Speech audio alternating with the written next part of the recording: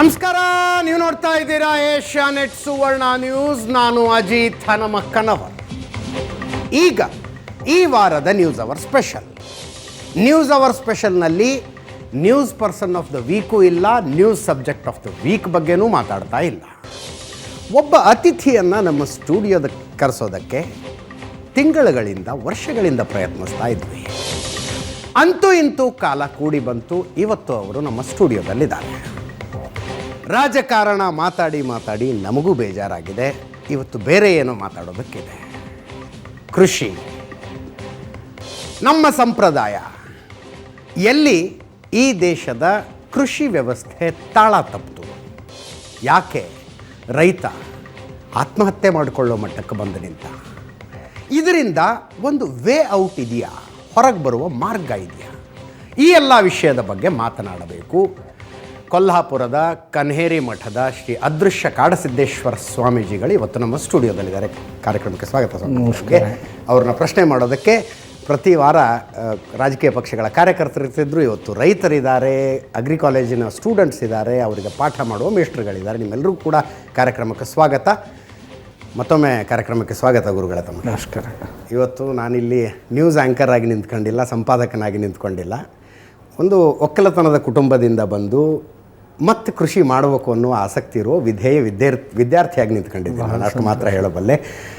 ಸ್ವಾಮೀಜಿಗಳೇ, ತಾವು ಕೃಷಿ ಬಗ್ಗೆ ಮಾತನಾಡಿದ್ದು, ಕೃಷಿ ಸಂಪ್ರದಾಯ ಹೆಂಗಿತ್ತು, ನಮ್ಮ ಹಿಂದಿನ ಜನರಿಗಿದ್ದಂಥ ತಿಳುವಳಿಕೆ ಏನಿತ್ತು, ಎಲ್ಲವನ್ನೂ ನಾವು ನೋಡಿದ್ದೀವಿ. ಒಂದೊಂದು ಸಲ ಕೂತ್ಕೊಂಡು ಯೋಚನೆ ಮಾಡ್ತಿರುವಾಗ ನನಗೆ ಬಹಳ ಆಶ್ಚರ್ಯ ಆಗುತ್ತೆ. 1 kg ಕಾಳು ಬಿತ್ತಿ 1 ಕ್ವಿಂಟಲ್ ಕಾಳು ಬೆಳೆಯುವಂಥ ರೈತ, ಅವನಿಂದ 1 kg ಕಾಳು ತಗೊಂಡು ಅದರಲ್ಲಿ 900 ಗ್ರಾಮ್ ಹಿಟ್ಟು ಮಾಡಿ ಮಾರುವಂಥ ಇಂಡಸ್ಟ್ರಿಯಲಿಸ್ಟು ಆತ್ಮಹತ್ಯೆ ಮಾಡ್ಕೊಳ್ಳೋನು ರೈತ. ಆ್ಯಕ್ಚುಲಿ ಅವ್ನು ಪವಾಡ ಮಾಡ್ತಿದ್ದಾನೆ ಕೃಷಿ ಭೂಮಿಯೊಳಗೆ. 100 ಪಟ್ಟು ಬೆಳೆದು ತೋರಿಸ್ತಾನೆ ಅವನು. ಈ ದೇಶದಲ್ಲಿ ಕೃಷಿ ಮೇಲೆ ಡಿಪೆಂಡೆಂಟ್ ಆಗಿರೋ ಇಂಡಸ್ಟ್ರಿಯಲಿಸ್ಟ್ ಯಾವತ್ತೂ ಆತ್ಮಹತ್ಯೆ ಮಾಡಿಕೊಂಡ ಅನ್ನೋ ಸುದ್ದಿ ಕೇಳೋದಿಲ್ಲ. ದಿನ ಬೆಳಗಾದರೆ ರೈತ ಆತ್ಮಹತ್ಯೆ ಮಾಡಿಕೊಂಡ. ಏನು ಎಡವಟ್ಟಾಗಿದೆ ನಮ್ಮ ದೇಶದಲ್ಲಿ ಕೃಷಿ ವ್ಯವಸ್ಥೆಯಲ್ಲಿ? ಕೃಷಿಯಲ್ಲಿ ಎಡವಟ್ಟಾಗಿದ್ದು ಹರಿತ ಕ್ರಾಂತಿಯ ನಂತರ, ಹಸಿರು ಕ್ರಾಂತಿಯ ನಂತರ 65ರಲ್ಲಿ ಒಂದು ದೊಡ್ಡ ಬರಗಾಲ ಬಂತು. ಹೌದು. ಸ್ವಲ್ಪ ಕಾಳಿನ ಕೊರತೆ ಆಯಿತು. ಲಾಲ್ ಬಹದ್ದೂರ್ ಶಾಸ್ತ್ರೀಜಿಯವರು ಕಾಳನ್ನು ಕೇಳಿದರು. ಅಮೇರಿಕಾದವರು, ನೀವು ರಾಸಾಯನಿಕ ಕೃಷಿಯನ್ನು ಅವಲಂಬಿಸಿದರೆ ನಿಮಗೆ ನಾವು ಕಾಳು ಕೊಡ್ತೇವೆ, ಇಲ್ಲದೆ ಇದ್ದರೆ ಕೊಡೋದಿಲ್ಲ ಅಂತೇಳಿ. ಅವ್ರ ಮನಸ್ಸು ಒಪ್ಪಲಿಲ್ಲ ಅದನ್ನು. ನಾನು ಸರಿಯಾಗಿ ನಮ್ಮ ಅಧಿಕಾರಿಗಳಿಗೆ, ನಮ್ಮ ರೈತರಿಗೆ ಕೇಳಿ ತಿಳ್ಕೊಂಡು ಆಮೇಲೆ ಹೇಳ್ತೀನಿ ಅಂತ ಹೇಳಿದರು. ಅವ್ರಿಗೆ ಯಾವುದೇ ದೃಷ್ಟಿಯಲ್ಲಿ ತಂದು ತಮ್ಮ ರಸಾಯನವನ್ನು ಇಲ್ಲಿ ಮಾರಾಟ ಮಾಡಬೇಕಾಗಿತ್ತು ಮತ್ತು ಭಾರತದ ಬಯೋಡೈವರ್ಸಿಟಿಯನ್ನು ತೀರಿಸಬೇಕಾಗಿತ್ತು. ಅದು ಯುರೋಪಿಯನ್ರ ಉದ್ದೇಶವೂ ಆಗಿತ್ತು, ಅಮೇರಿಕನ್ರ ಉದ್ದೇಶವೂ ಆಗಿತ್ತು. ಬ್ರಿಟಿಷ್ ಸರ್ಕಾರದಿಂದಲೂ ಅವ್ರು ಇದನ್ನು ನೋಡ್ತಾ ಬಂದಿದ್ದರು. ಬ್ರಿಟಿಷ್ ಕಾಲದಲ್ಲೇ ಇದನ್ನು ತೀರಿಸಬೇಕು ಅಂತ ಪ್ರಯತ್ನ ಮಾಡಿದ್ರು. ಬ್ರಿಟಿಷ್ ಅಧಿಕಾರಿಗಳನ್ನು ನೇಮಿಸಿದ್ರು. ಭಾರತೀಯ ಕೃಷಿಯಲ್ಲಿ ಏನು ಬದಲಾವಣೆಯನ್ನು ಮಾಡ್ಬೋದು, ನೀವು ಸೂಚನೆ ಮಾಡಿರಿ ಅಂತ. ಬ್ರಿಟಿಷ್ ಅಧಿಕಾರಿಗಳು ತಮ್ಮ ಪಾರ್ಲಿಮೆಂಟ್ಗೆ ಏನು ರಿಪೋರ್ಟ್ ಒಪ್ಪಿಸಿದ್ರು ಅದರಲ್ಲಿ ಅವ್ರು ಬರೆದದ್ದು, ಇವರಿಗೆ ಸುಧಾರಣೆಯನ್ನು ಹೇಳೋದಕ್ಕಿಂತಲೂ ಇವರಿಂದ ಕಲಿಯೋದೇ ಬಹಳ ಇದೆ ಅಂತ ರಿಪೋರ್ಟ್ ಒಪ್ಪಿಸಿದ್ರು ಭಾರತೀಯ ಕೃಷಿಯಿಂದ. ಹಾಗಾದರೆ ಕಲಿಯೋದ ಬಹಳ ಇದ್ದರೆ ಏನು ಮಾಡೋದು ಅಂತ ಮುಂದೆ ಅವರು ಸಹಿತ ಈ ನಮ್ಮ ಬಯೋಡೈವರ್ಸಿಟಿಯನ್ನು ತೀರಿಸಬೇಕು ಅಂತ ತಿಳ್ಕೊಂಡು ರೈಲ್ವೆ ಮಾರ್ಗಗಳನ್ನು, ಫೋನಿನ ಕಂಬಗಳನ್ನು, ದೊಡ್ಡ ಅವ್ರ ದೇಶದಲ್ಲಿ ಆಗಲೇ ಅರಣ್ಯವನ್ನು ತೀರಿಸಿ ಆಗಿತ್ತು, ಭೂಮಿಯನ್ನು ತೀರಿಸಿ ಆಗಿತ್ತು. ಅವ್ರಿಗೆ ದೊಡ್ಡ ಸಂಪತ್ತು ಅಂದರೆ ಭಾರತದ ಭೂಮಿ ಆಗಿತ್ತು. ಇದನ್ನು ತೀರಿಸಲಿಕ್ಕೆ ಆರಂಭ ಮಾಡಿದರು ಅವರು. ಅವ್ರಿಗೆ ಆಗಲಿಲ್ಲ. ಅಷ್ಟರಲ್ಲಿ ಸೋತರು. ಮುಂದೆ ನಮ್ಮ ದೇಶದ ಜನರ ಕೈಯಲ್ಲಿ ಸ್ವಾತಂತ್ರ್ಯ ಬಂತು. ಅದು ಒಂದು ಬರಗಾಲದ ನಿಮಿತ್ತ ಆಯ್ತು ಅಷ್ಟೇ. ಅಷ್ಟಕ್ಕಾಗಿ ಇದನ್ನೆಲ್ಲ ಮಾಡಬೇಕು ಅಂತ ಮಾಡಿದರು. 65ರಲ್ಲಿ ಶಾಸ್ತ್ರಿಯವರು ಈ ನಿರ್ಣಯ ಮಾಡೋದಕ್ಕಿಂತಲೂ ಮುಂಚೆನೇ ಜನರಿಗೆ ಪ್ರಾರ್ಥನೆ ಮಾಡಿಕೊಂಡ್ರು, ವಾರಕ್ಕೊಂದು ದಿವಸ ಉಪವಾಸ ಮಾಡಬೇಕು ಅಂತ. ಜನರು ಅದನ್ನು ಇವತ್ತಿನವರೆಗೂ ಪಾಲಿಸ್ತಾ ಇದ್ದಾರೆ. ಮುಂದೆ ಸರ್ಕಾರ ಬಂದಂಥ ಸರ್ಕಾರ ಆಮೇಲೆ ತಾಸ್ಕೆಂಟ್ ಒಪ್ಪಂದಕ್ಕೆ ಹೋದಂಥ ಶಾಸ್ತ್ರಿ ಅವರು ಮರಳಿ ಬರಲಿಲ್ಲ. ಅದ್ರ ಮೇಲೆ ನಿರ್ಣಯ ಆಗಲಿಲ್ಲ. ಮುಂದೆ ಬಂದವರು ಮಾತ್ರ ನಿರ್ಣಯ ಮಾಡಿದರು ರಾಸಾಯನಿಕ ಕೃಷಿಯನ್ನು ಅಳವಡಿಸಬೇಕು ಅಂತ. ಅದು ತಂದರು. ಅದರ ದುಷ್ಪರಿಣಾಮಗಳನ್ನು ನಾವು ಇವತ್ತಿನ ದಿವಸ ನೋಡ್ತಾ ಇದ್ದೀವಿ. ರೈತನನ್ನು ಪರಾವಲಂಬಿಯನ್ನಾಗಿಸಿದರು. ಗೊಬ್ಬರದಿಂದ, ಬೀಜದಿಂದ, ಸಲಕರಣೆಗಳಿಂದ ಮತ್ತು ಅವನ ಆರೋಗ್ಯವನ್ನು ಕೆಡಿಸಿ ಅವನನ್ನು ಸಾಲಗಾರನಾಗಿ ಮಾಡಿದರು. ಮುಖ್ಯ ಕಾರಣ ಸಾಲ. ಅದು ಸಾಲ ಗೊಬ್ಬರದ ಸಾಲ, ಬೀಜದ ಸಾಲ, ಆರೋಗ್ಯದ ಸಾಲ. ಹೀಗಾಗಿ ಅವನಿಗೆ 2.5 ಲಕ್ಷಕ್ಕಿಂತಲೂ ಹೆಚ್ಚು ರೈತರು ಆತ್ಮಹತ್ಯೆ ಮಾಡಿಕೊಂಡ್ರು. ಆದರೆ ಒಂದು ಆಶ್ಚರ್ಯ ಏನು ಅಂದರೆ, ಕೆಲವು ಭಾಗಗಳಲ್ಲಿ ಆತ್ಮಹತ್ಯೆ ಆದವು. ಮಲೆನಾಡಿನಲ್ಲಿ ಒಂದು ಆತ್ಮಹತ್ಯೆ ಆಗಲಿಲ್ಲ, ಕೊಂಕಣದಲ್ಲಿ ಒಂದು ಆತ್ಮಹತ್ಯೆ ಆಗಲಿಲ್ಲ. ಅಲ್ಲಿಯೂ ರೈತರಿದ್ದು. ಇಲ್ಲಿ ಸ್ವಲ್ಪ ಎಲ್ಲೋ ನಮ್ಮ ರೈತರು ಎಡವಿದ್ರು ಅಥವಾ ರೈತನಿಗೆ ಹವ್ಯಾಸ ಹೆಚ್ಚಾಯಿತು, ಅದನ್ನು ಬಿತ್ತಿದ್ರು ನಮ್ಮ ಅಧಿಕಾರಿಗಳವ್ರ ತಲೆಯಲ್ಲಿ. ಅದರಿಂದಾಗಿ ಸಿಕ್ಕಾಪಟ್ಟೆ ಬೀಜ ಖರೀದಿ ಮಾಡಿದರು, ಗೊಬ್ಬರ ಖರೀದಿ. ಆದರೆ ಮಲೆನಾಡಿನಲ್ಲಿ ಅವರು ಬೀಜ ಕೈ ಬಿಡಲಿಲ್ಲ, ತಮ್ಮ ಪಾರಂಪರಿಕ ಇದನ್ನು ಕೈ ಬಿಡಲಿಲ್ಲ. ನಾವು ನೋಡ್ತಿರ್ತೀವಿ. ನನಗೆ ಕೆಲವೊಂದು ಸಲ ಆಶ್ಚರ್ಯ ಆಗುತ್ತೆ. ಮಂಡ್ಯದಲ್ಲಿ ರೈತರ ಆತ್ಮಹತ್ಯೆ ಸುದ್ದಿ ಓದ್ತೀವಿ ನಾವು. ತುಂಬ ಚೆನ್ನಾಗಿ ನೀರಾವರಿ ಇರುವಂಥ ಪ್ರದೇಶ. ಇಷ್ಟೆಲ್ಲ ಇದು ಮಂಡ್ಯದಲ್ಲಿ ರೈತರ ಆತ್ಮಹತ್ಯೆ ಮಾಡ್ಕೋತಾರೆ. ಕೋಲಾರ ಬರದ ನಾಡು ಅಂತೀವಿ, ನೀರಿಲ್ಲ, ಏನೂ ಇಲ್ಲ, ಅಲ್ಲಿ ಆತ್ಮಹತ್ಯೆಗಳು ಕಡಿಮೆ ಇರ್ತವೆ. ಕಡಿಮೆ. ಆದರೆ ಇಲ್ಲಿ ಇವರು ಸಿಕ್ಕಾಪಟ್ಟೆ ಆಶೆ ಆಕಾಂಕ್ಷೆಗಳನ್ನು ಹೊಂದಿ ಒಂದೇ ವರ್ಷದಲ್ಲಿ ಶ್ರೀಮಂತರಾಗಬೇಕು ಅಂತ ಅವ್ರ ತಲೆಯಲ್ಲಿ ಏನೋ ಬಿತ್ತಿ ಅವರನ್ನು ರಾಸಾಯನಿಕಕ್ಕೆ ಸಾಗಿಸಿಬಿಟ್ರು. ಅವರು ಸಿಕ್ಕಾಪಟ್ಟೆ ಬೀಜಗಳನ್ನು ತಂದರು, ಗೊಬ್ಬರಗಳನ್ನು ಖರೀದಿ ಮಾಡಿದರು. ಆಮೇಲೆ ಆ ಬೀಜಗಳು ಏನು ತಂದ್ರಲ್ಲ, ನಮ್ಮಲ್ಲಿ ಬಯೋಡೈವರ್ಸಿಟಿ ಇತ್ತು ಬೀಜಗಳಲ್ಲಿಯೂ ಸಹಿತ. ಹೌದು, ಬದುವಿನ ಮೇಲೆ ಬಿತ್ತುವಂಥ ಬೀಜಗಳು ಬೇರೆ, ನೀರು ನಿಲ್ತಿತ್ತು ಹೊಲದಲ್ಲಿ ಅಂದರೆ ಅಲ್ಲಿ ಬಿತ್ತು ಬೀಜ ಬೇರೆ, ಒಂದೇ ಹೊಲದಲ್ಲಿ ಬೇರೆ ಬೇರೆ ಊರುಗಳಲ್ಲೆಲ್ಲ. ಮತ್ತು ಊರುಗಳಲ್ಲಂತರೂ 127 ಇಕೋ ಅಗ್ರೋ ಕ್ಲೈಮೆಟಿಕ್ ಝೋನ್ಸ್ ನಮ್ಮ ದೇಶದಲ್ಲಿವೆ. Okay okay. ಅಂದರೆ ಈ ಕರಾವಳಿ ಬೇರೆ, ಹೌದು, ಮೇಲೆ ಸಹ್ಯಾದ್ರಿ ಬೇರೆ, ಆಮ್ಯಾಗೆ ಚಿತ್ರದುರ್ಗ, ತುಮಕೂರು ಇದು ಬೇರೆ, ಹುಬ್ಬಳ್ಳಿ ಆ ವಲಯ ಬೇರೆ, ಹೀಗೆ ಬೇರೆ ಬೇರೆ ಕೃಷಿ ವಲಯಗಳಿವೆ. ಆ ಎಲ್ಲ ವಲಯಗಳಿಗೂ ಒಂದೇ ಬೀಜ ನಡೆಯೋದಿಲ್ಲ. ಕರೆಕ್ಟ್. ಅವುಗಳಿಗೆ ಬೇರೆ ಬೇರೆ ಬೀಜಗಳು ಬೇಕು. ಈಗ ಮಲೆನಾಡಿನಲ್ಲಿ ಭತ್ತದ ಬೀಜ ಇದೆಯಲ್ಲ, ಅದಕ್ಕೆ ತುಂಬ ನೀರು ಬೇಕು. ಆದರೆ ಮೇಲ್ನಾಡಿನಲ್ಲಿ ಭತ್ತನೇ ಇದೆ, ಆದರೆ ಅತಿ ಕಡಿಮೆ ನೀರಿನಲ್ಲಿ ಭತ್ತ ಬರುತ್ತೆ. ಹೀಗೆ ನಮ್ಮಲ್ಲಿ ಆ ಬೀಜಗಳಲ್ಲಿ ಏನು ವೈವಿಧ್ಯತೆ ಇತ್ತಲ್ಲ, ಅದನ್ನು ನಾವು ಕಳ್ಕೊಂಡು ಎಲ್ಲ ಕಡೆ ಒಂದೇ ಬೀಜ ಅಪ್ಲೈ ಮಾಡಿದರು.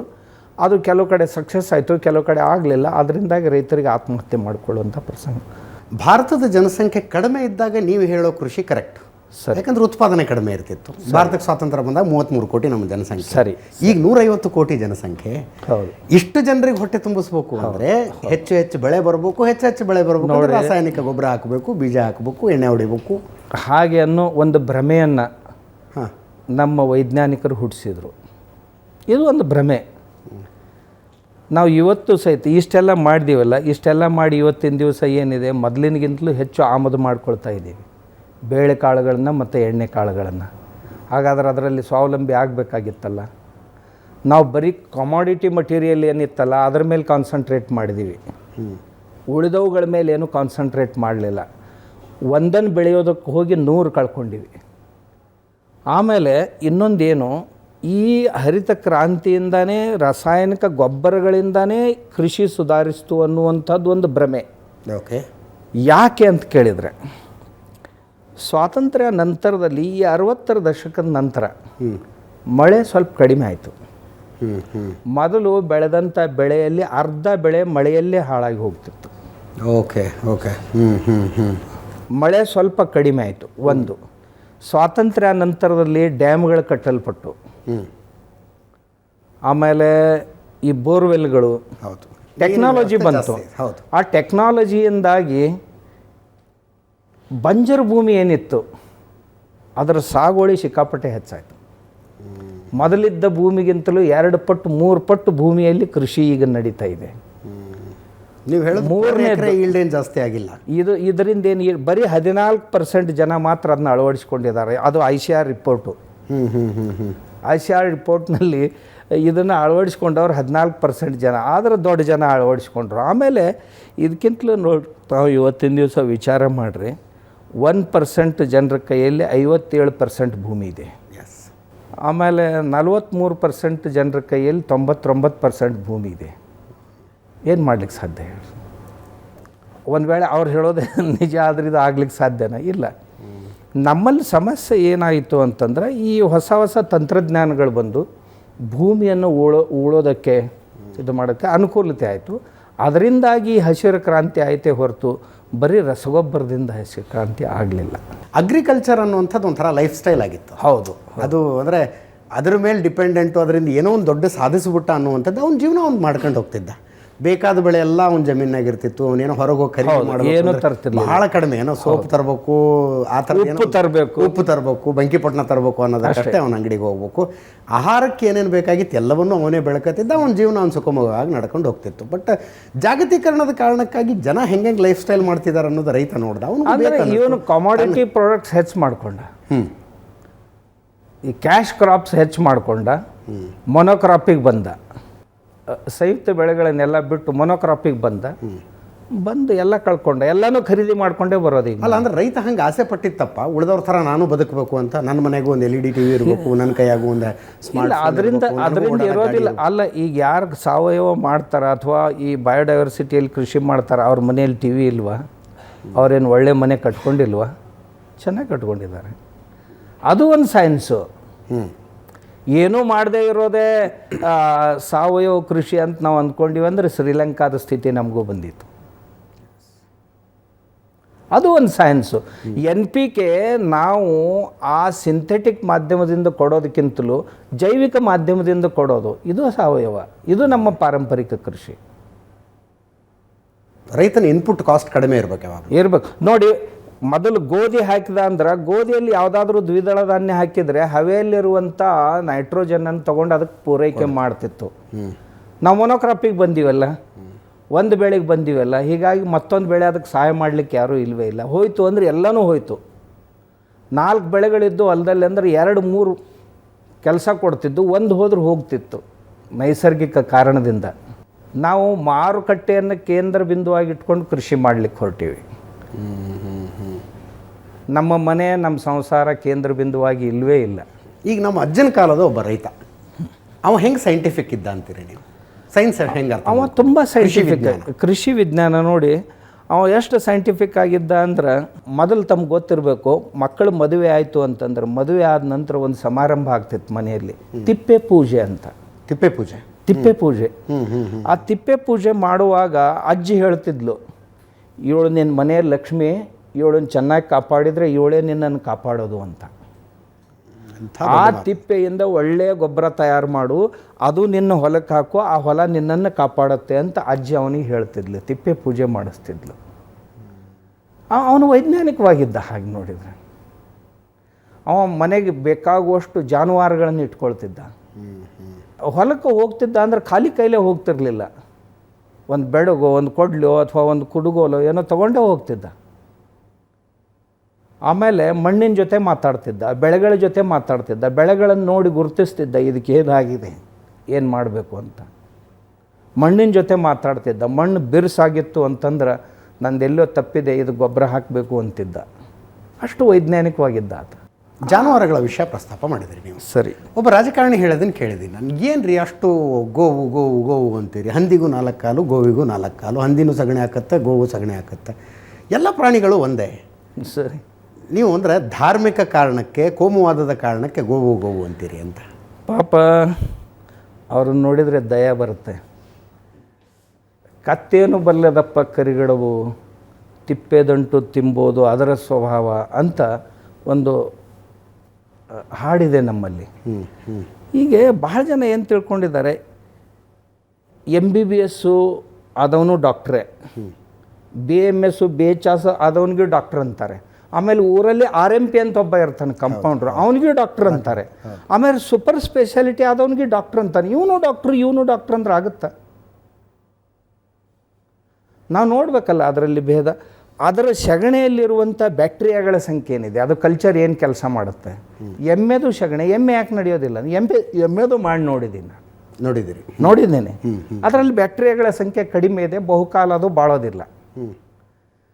ಆಕಳದ ಈ ಗೋವು ಏನಿದೆ, ಗೋವಿನ ಸಗಣಿಯನ್ನು ತಾವು ಪ್ರಯೋಗ ಮಾಡಿ ನೋಡಿದರೆ ಸುಮ್ಮನೆ 1 ಗ್ರಾಮ್ನಲ್ಲಿ ಸುಮಾರು ಕನಿಷ್ಠ 10 ಕೋಟಿ ಜೀವಾಣುಗಳ ಸಂಖ್ಯೆ. ಆ ಸಂಖ್ಯೆ ಅನ್ಯ ಪ್ರಾಣಿಗಳಲ್ಲಿ ಕಾಣೋದಿಲ್ಲ. ಆಮೇಲೆ ಈ ಗೋವಿನ ಮೂತ್ರ ಆಗಲಿ ಅಥವಾ ಈ ಸಗಣಿ ಆಗಲಿ ಅದರಲ್ಲಿ ಇರುವಂಥ ಒಂದು ಶಕ್ತಿ ಉಳಿದವುಗಳಲ್ಲಿ ಕಾಣಲಿಲ್ಲ. ನಾನು ಮೊದಲು ಸುಮಾರು ಒಂದು 100 ಜರ್ಸಿ ಹಸುಗಳನ್ನು ಸಾಕಿದ್ದೆ. ನನ್ನ ಹತ್ರ ಒಂದು 100 ಎಮ್ಮೆಗಳಿದ್ದವು ಮೊದಲು. ಓಕೆ. ಅವುಗಳನ್ನು ನಾನು ಗಿಡಗಳಿಗೆ ಆ ಸಗಣಿ ಹಾಕ್ತಿದ್ದೆ. ಅದು ಹಾಕಿದರೆ ಮುಂದಿನ ವರ್ಷ ಮತ್ತೆ ಹಾಕಬೇಕಾಗ್ತಿತ್ತು. ಆ ನಂತರದಲ್ಲಿ ನನ್ನ ಕಡೆ ಒಂದು 10 ಯಾವುದೋ ದೇವ್ರಿಗೆ ಬಿಟ್ಟಂಥ ದನಗಳನ್ನು ತಂದುಬಿಟ್ರೆ ಯಾರೋ, ಆ ಹಸುಗಳ ಸಗಣಿಯನ್ನು ಸಪ್ರೇಟಾಗಿ ಇಡ್ತಿದ್ದೆ. ಯಾಕಂದ್ರೆ ಇವು ಹಾಲಿನ ಹಸುಗಳು, ಇದು ಹಾಗೇ ಇರ್ತಿತ್ತು. ಆ ಸಗಣಿಯನ್ನು ನಾನು ಆ ಗಿಡಗಳಿಗೆ ಹಾಕಿದಾಗ ಆ ಗಿಡಗಳ ಚಿತ್ರನೇ ಬದಲಾಯಿತು. 3 ವರ್ಷಗಟ್ಟಲೆ ಅದು ಗೊಬ್ಬರ ಕೇಳಲಿಲ್ಲ.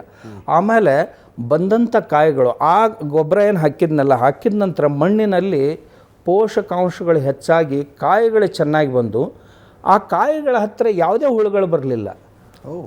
ಹುಳುಗಳು ಎಷ್ಟು ಜಾಣ ಅಂದ್ರೆ ತಮಗೆ ಪಚನ ಆಗದೇ ಇದ್ದರೆ ಆ ಹಣ್ಣಿನ ಹತ್ರ ಅದು ಹೋಗೋದಿಲ್ಲ. ಒಂದು ವೇಳೆ ಮಣ್ಣು ಸತ್ವಯುಕ್ತ ಆಗಿತ್ತು ಅಂತಂದ್ರೆ ಅದರ ಎಲ್ಲ ಪೋಷಕಾಂಶಗಳು ಗಿಡದಲ್ಲಿ ಕಾಯಿಯಲ್ಲಿ ಬರ್ತಾವೆ. ಅವು ಬಂದು ಅಂತಂದ್ರೆ ಅವು ಗೊತ್ತಾಗುತ್ತೆ ಈ ಹಣ್ಣು ನನಗೆ ಪಚನ ಆಗುತ್ತೋ ಇಲ್ಲೋ ಅಂತ. ಪಚನ ಆಗದೇ ಇದ್ದರೆ ಅವು ಅದರ ಹತ್ರ ಬರೋದಿಲ್ಲ. ಪಚನ ಆಗದೇ ಇದ್ದರೂ ತಿನ್ನೋರು ಯಾರಾದರೂ ಇದ್ದರೆ ನಾವೇ ಮನುಷ್ಯರೇ. ಈ ಪ್ರಯೋಗಗಳನ್ನು ನಾನು ಮಾಡಿ ನೋಡಿದ್ದೀನಿ. ಆಮೇಲೆ ಅದರ ಅದರ ಮೇಲೆ 4 ಪೇಟೆಂಟ್ ಇವೆ. ಮೂತ್ರೆ ಮೇಲೆ ಪೇಟೆಂಟ್ ಇವೆ, ತುಪ್ಪದ ಮೇಲೆ ಪೇಟೆಂಟ್ ಇದೆ, 2 ಪೇಟೆಂಟ್ಗಳಿವೆ. ಇನ್ನು 8 ಪೇಟೆಂಟ್ಗಳು ಈಗ ಬಹುತೇಕ 4-6 ತಿಂಗಳಲ್ಲಿ ಸಿಗ್ತಾವೆ. ಅದ್ರ ಮೇಲೆ ಯಾರೋ ವಿಶ್ವಾಸ ಇಡಬೇಕಲ್ಲ ಅವರು. ಹಾಗಾದ್ರೆ ಯಾರಾದರೂ ಹಂದಿ ಮೇಲೆ ಪೇಟೆಂಟ್ ತೊಗೊಂಡ್ರ? ಅಗ್ರಿ ಕಾಲೇಜ್ಗಳಿಂದ ರೈತರಿಗೆ ಹೇಳ್ಬೇಕಾಗಿತ್ತಲ್ಲ ಗುರುಗಳೇ. ನಮ್ಮ ಅಗ್ರಿ ಕಾಲೇಜುಗಳ ಕೃಷಿ ವ್ಯವಸ್ಥೆ ಒಳಗೆ ಅಗ್ರಿ ಕಾಲೇಜುಗಳ ಪಾತ್ರ ಏನಾಗಿದೆ, ಅವ್ರು ಏನು ಸರ್ವ್ ಮಾಡ್ತಿದ್ದಾರೆ? ಸುಮಾರು ಒಂದು 675 ಅಗ್ರಿ ಕಾಲೇಜುಗಳು ದೇಶದಲ್ಲಿವೆ. ಒಂದು 70-75 ಯೂನಿವರ್ಸಿಟಿಗಳಿವೆ. ಅಲ್ಲಿ ಭಾರತೀಯ ಕೃಷಿ ಅನ್ನುವ ವಿಷಯವನ್ನು ಇವತ್ತಿನವರೆಗೂ ಎಲ್ಲಿ ತಂದಿಲ್ಲ. ಈಗ 2 ವರ್ಷದಿಂದ ನಾವೇ ಕೇಂದ್ರ ಸರ್ಕಾರದ ಬೆನ್ನು ಹತ್ತಿ ಅದಕ್ಕೊಂದು ಸಿಲೆಬಸ್ ಕಮಿಟಿ ಮಾಡಿ, ಆ ಸಿಲೆಬಸ್ ಕಮಿಟಿಯಲ್ಲಿ ಸುಮಾರು ಜನ ವೈಸ್ ಚಾನ್ಸ್ಲರ್ಸು ಅವ್ರ ತಲೆಗೆ ಬೇರೆ ಬೇರೆ ಪ್ರದೇಶಗಳಲ್ಲಿ ಹೋಗಿ ಅಲ್ಲಿ ಸೈಂಟಿಸ್ಟು, ಅಲ್ಲಿ ರೈತರು ಅವ್ರನ್ನ ಕರ್ಕೊಂಡು ಕೂತ್ಕೊಂಡು ಒಂದು ಇದನ್ನು ತಯಾರು ಮಾಡಿದರು. ಕೊನೆಗೆ ಈಗ ಅದನ್ನು BSc, MSc ಮತ್ತು PhD ಈಗ ಹಚ್ತಾ ಇದ್ದಾರೆ. ಇಲ್ಲಿವರೆಗೂ ನಮ್ಮ ದೇಶದಲ್ಲಿ ಸ್ವಾತಂತ್ರ್ಯ ನಂತರ ಇವತ್ತಿನವರೆಗೂ ಭಾರತೀಯ ಕೃಷಿ ಅಂತಕ್ಕಂಥ ವಿಷಯವನ್ನು ಇವತ್ತಿನವರೆಗೂ ಅಳವಡಿಸಿಲ್ಲ ಅಂದಾಗ ಪಾಪ ನಮ್ಮ ವಿದ್ಯಾರ್ಥಿಗಳಿಗೆ, ನಮ್ಮ ಸೈಂಟಿಸ್ಟ್ಗಳಿಗೆ ಅದು ಗೊತ್ತಾಗೋದು ಹೇಗೆ? ಇಷ್ಟೆಲ್ಲ ಆದಮೇಲೆ ನನಗೆ ಬರೋ ಪ್ರಶ್ನೆ, ಮಠ ಮನೆಗಳ ಕೆಲಸ ಏನು ಹಂಗಿದ್ರೆ ಅಂತ. ಕಾವಿ ತೊಟ್ಕೊಂಡಿದ್ದೀರಿ, ದೇವರು ದಿಂಡ್ರು ಅನ್ಕೊಂಡ್ಬಿಟ್ಟು ನೀವು ಅಧ್ಯಾತ್ಮ ಎಲ್ಲ ಹೇಳ್ಕೊಡ್ಬೇಕು ಜನರಿಗೆ. ಅದು ಬಿಟ್ಟು ನೀವು ಕೃಷಿ ಹೇಳ್ಕೊಡ್ತೀನಿ, ಜೀವನ ಮಾಡೋದು ಹೇಳ್ಕೊಡ್ತೀನಿ ಅಂದರೆ ಹೆಂಗಿದು? ಹಾಗಿದ್ರೆ ಮಠಗಳ ಜವಾಬ್ದಾರಿ ಏನು ಈ ಸಮಾಜದಲ್ಲಿ? ನಮ್ಮ ಮಠಗಳು ಎಲ್ಲಿಂದ ಬಂದು ಅನ್ನೋದನ್ನು ಬಹಳ ಜನ ಮರ್ತಿದ್ದಾರೆ. ನಾವು ಋಷಿ ಪರಂಪರೆಯವರು. ಋಷಿಗಳಿಗೆ ಕೃಷಿ ಮುಖ್ಯ ವ್ಯವಸಾಯ ಇತ್ತು. ಅವ್ರು ಭಿಕ್ಷುಕರಾಗಿರಲಿಲ್ಲ. ತಮ್ಮ ಆಶ್ರಮಕ್ಕೆ ಬೇಕಾಗೋದನ್ನೆಲ್ಲ ಬೆಳ್ಕೋತಿದ್ರು. ವಿದ್ಯಾರ್ಥಿಗಳು ಮೊದಲನೇದಾಗಿ ಕಲಿಸೋದೇ ಕೃಷಿಯನ್ನು ಅವರು. ಆನಂತರ ಉಳಿದವುಗಳನ್ನೆಲ್ಲವನ್ನು ಸುಮಾರು ಉಪನಿಷತ್ತುಗಳಲ್ಲಿ ನೋಡಿರ್ತಾವೆ. ವಿದ್ಯಾರ್ಥಿಗಳನ್ನು ಕಳಿಸ್ತಿದ್ರು. ಹೇಗಿದೆ, ಮಳೆ ಬಂದಿದೆ, ಹೊಡೆದಿದೆಯೋ, ಚೆನ್ನಾಗಿದೆಯೋ ನೋಡ್ಕೊಂಡು ಬಾ ಅಂತ. ಉಪಮನ್ಯುವಿನ ದೃಷ್ಟಾಂತ ಇವತ್ತು ನೋಡ್ತೀವಿ ನಾವು. ನೀರು ಒಡೆದು ಸೋರಿ ಹೋಗ್ತಾ ಇರುವಾಗ ಕಟ್ಟೋದಾಗಲಿಲ್ಲ, ಆತ ಅಡ್ಡ ಮಲ್ಕೊಂಡು ಬಿಟ್ಟ. ಯಾಕಂದರೆ ಇಂಥವು ಎಲ್ಲ ಋಷಿಗಳು ಆಶ್ರಮಗಳು ನಡೆದದ್ದು ಇದ್ರ ಮೇಲೆ. ನಮ್ಮ ಮಠಗಳಿಗೆ ಭೂಮಿಯನ್ನು ಉಂಬಳಿ ಹಾಕಿ ಕೊಟ್ಟರು. ಎಲ್ಲ ಮಠಗಳಿಗೂ ಸಹಿತ ಭೂಮಿ ಇವೆ. ಇವೆಲ್ಲವೂ ಕೃಷಿ ಪರಂಪರೆಯ ಮಠಗಳೇ. ಕೃಷಿ ಮಾಡಿ ತಾವು ಮಾಡಬೇಕು, ರೈತರಿಗೆ ಅದನ್ನು ಆದರ್ಶವಾಗಿ ಇಡಬೇಕು. ಗುರುಗಳು ಕೊಟ್ಟರು, ಗುರುಗಳು ಹೇಳಿದರು ಅಂದ್ರೆ ಅತ್ಯಂತ ಶ್ರದ್ಧೆಯಿಂದ ಜನ ಮಾಡ್ತಾರೆ. ಆದ್ದರಿಂದ ಇದು ಗುರುಗಳು ಮಾಡಬೇಕಾದಂಥ ಮೊದಲನೇ ಕೆಲಸ. ಮತ್ತು ಗುರುಗಳು ಇದನ್ನೇ ಮಾಡ್ಕೊಂಡು ಕೂತ್ಕೊಂಡ್ರೆ ಮೀಸಲಾತಿಗಾಗಿ ಹೋರಾಟ ಮಾಡೋದು, ನಮ್ಮೂರಿಗೆ ಟಿಕೆಟ್ ಕೊಡೋದು ಅಂತ ಹೇಳೋದು, ಅದೆಲ್ಲ ಯಾರು ಮಾಡೋದು? ಕೆಲಸ ಇಲ್ಲದಕ್ಕೆ ಅದನ್ನ ಮಾಡ್ತಾ ಇದ್ದಾರೆ ಅವರು. ಈ ಬೀದಿ ಮೇಲೆ ಇಳಿಯೋದು ಸ್ವಾಮಿಗಳ ಕೆಲಸ ಅಲ್ಲ. ಆಮೇಲೆ ಸ್ವಾಮಿಗಳು ಮಾರ್ಗದರ್ಶಕರಾಗಿರಬೇಕೇ ಹೊರತು ಕಾರ್ಯಕರ್ತರಾಗಬಾರ್ದು. ಕಿಂಗ್ ಮೇಕರ್ ಆಗಿರಬೇಕೇ ಹೊರತು ಕಿಂಗ್ ಆಗಬಾರ್ದು ಯಾವಾಗಲೂ. ಏನು ಮಾಡಿದರೂ ಆಗಬಾರ್ದು. ಅದು ನಮ್ಮ ಕೆಲವು ಜನ ಸ್ವಾಮಿಗಳಿಗೆ ಏನಾಗಿದೆ, ಏನೇನನ್ನು ಕಟ್ಕೊಂಡು ಕೆಲಸ ಮಠದಲ್ಲಿ ಕೆಲಸ ಇದೆ. ನಾನು ಅವ್ರಿಗೆ ವಿನಂತಿ ಮಾಡ್ಕೊಳ್ಳೋದು, ನಮ್ಮ ಭಕ್ತರ ಮಕ್ಕಳಿದ್ದಾರೆ, ಅವ್ರಿಗೆ ಸಂಸ್ಕಾರ ಶಿಬಿರಗಳನ್ನು ಮಾಡ್ತೀರಾ? ನಮ್ಮ ಯುವಕರಿದ್ದಾರೆ, ಅವರಿಗೆ ಸಂಸ್ಕಾರ ಶಿಬಿರಗಳನ್ನು ಮಾಡ್ತೀರಿ? ನಿಮ್ಮ ಭಕ್ತರಿದ್ದಾರೆ, ಅವರಿಗೆ ಉದ್ಯೋಗ ಅವಕಾಶಗಳನ್ನು ದೊರಕಿಸಿಕೊಡುವ ಸಲುವಾಗಿ ನೀವು ಯಾವುದಾದ್ರೂ ತರಬೇತಿ ಶಿಬಿರಗಳನ್ನು ಮಾಡ್ತೀರಾ? ಅಥವಾ ನಿಮ್ಮ ಮಠದಲ್ಲಿ ಬೀಜದ ಕೇಂದ್ರಗಳಿವೆ, ನಿಮ್ಮ ಯಾರಾದರೂ ಭಕ್ತರು ಬಂದರೆ ಅವ್ರಿಗೆ ನೀವು ಆಶೀರ್ವಾದ ಅಂತ ತಿಳ್ಕೊಂಡು ಒಂದು ಮುಷ್ಟಿಗೆ ಬೀಜ ಕೊಡ್ರಿ, ಒಳ್ಳೆಯ ಬೀಜ. ನಿಮ್ಮ ಭಕ್ತರು ಬಂದರೆ ನಿಮ್ಮ ಮಠದಲ್ಲಿ ಒಂದು ಸಣ್ಣ ನರ್ಸರಿ ಇರಬೇಕು, ಒಂದು ಸಸಿ ಕೊಡಿ, ಒಂದು 10 ಗಿಡ ಹಚ್ಚ್ರಿ. ಗುರುಗಳು ಒಂದು ತೆಂಗಿನಕಾಯಿ ಕೈ ಹೆಚ್ಚಿಕೊಟ್ರೆ ಅದನ್ನು ನೀರು ಹಾಕಿ ಬೆಳೆಸಿ ಅದನ್ನು ಹೊಲದಲ್ಲಿ ಹಚ್ತಾರೆ ಅವ್ರು ಭಾಳ ಶ್ರದ್ಧೆಯಿಂದ. ಅರಣ್ಯ ನಾಶ ಆಗೋ ಕಾಲಕ್ಕೆ ಗುರುಗಳಾದಂಥವ್ರು ಇದನ್ನು ಕೊಡಬೇಕು ಇವತ್ತಿಂದ. ಮತ್ತು ನಾವು ಸ್ವಲ್ಪ ಕಾಲದ ಜೊತೆ ಪರಿವರ್ತನೆ ಆಗಬೇಕು, ಹಾಗೆ ಕೊಡೋದು ಸರಿಯಲ್ಲ. ಆಮೇಲೆ ನಮ್ಮ ರೈತರ ಸತ್ಕಾರಗಳನ್ನು ಮಾಡಬೇಕು, ಒಳ್ಳೆಯ ರೈತರ ಸತ್ಕಾರಗಳು. ನಮ್ಮ ಮಠಗಳ ಜಾತ್ರೆಗಳಲ್ಲಿ ಒಳ್ಳೆ ಪ್ರಗತಿಪರ ರೈತ, ಸಾವಯವ ರೈತ ಇದ್ದಾರೆ.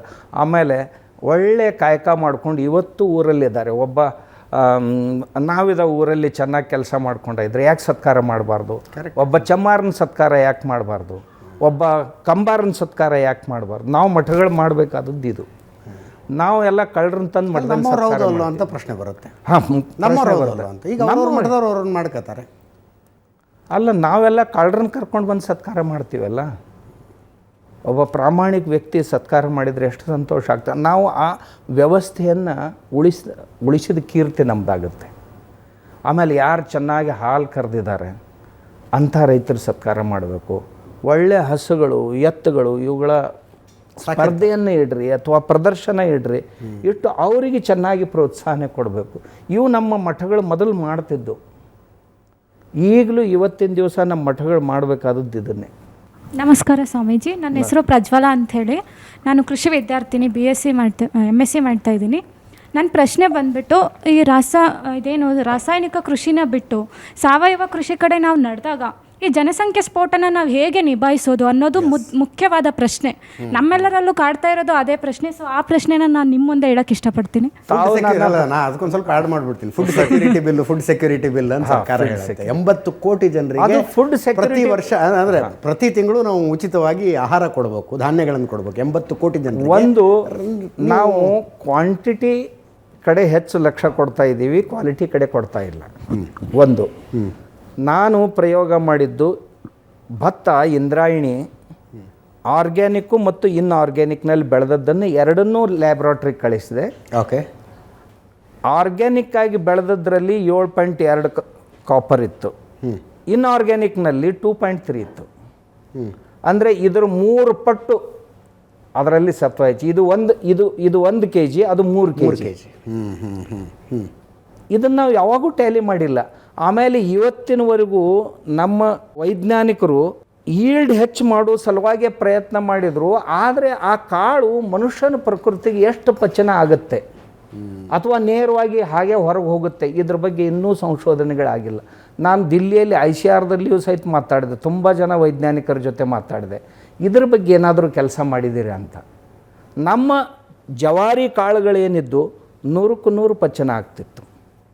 ಅದರಲ್ಲಿ ಸತ್ವ ಪೋಷಕಾಂಶಗಳು ತುಂಬ ಚೆನ್ನಾಗಿ ತುಂಬಿಕೊಂಡಿದ್ದು. ಆಮ್ಯಾಗ ತಾವು ಈಗೇನು ಫುಡ್ ಸೆಕ್ಯೂರಿಟಿ ಬಗ್ಗೆ ಮಾತಾಡ್ತಾ ಇದ್ದೀರಲ್ಲ, ಇದು ಆರ್ಗ್ಯಾನಿಕ್ಕು ತಾವು ತಿಳಿದಂತೆ ನನ್ನ ಹತ್ರ ಬಂದರೆ ನಾನು 8 ದಿನದಲ್ಲಿ ಭೂಮಿ ಚೇಂಜ್ ಆಗುತ್ತೆ. 8 ದಿನ? 8 ದಿನ. ಅರೆ 4 ವರ್ಷ ಮಾಡ್ಬೇಕಾದ್ರೆ 4 ವರ್ಷ 3 ವರ್ಷ ಕೈಲಾಗದವ್ರು ಏನಾದರೂ ಹೇಳ್ಬೋದು. ನೀವು ಮನಸ್ಸು ಮಾಡಿದರೆ 8 ದಿನದಲ್ಲಿ ಜೀವಾಣುಗಳನ್ನು. ನಾನು ಹೇಳಿದೆ, ನೀವು ಗೋಕೃಪಾಮೃತ ಅಥವಾ ಜೀವಾಮೃತ ಒಂದೇ ಕಡೆ ಒಂದು 20 ಲೀಟ್ರ್ ಹಾಕಿಬಿಡಿ.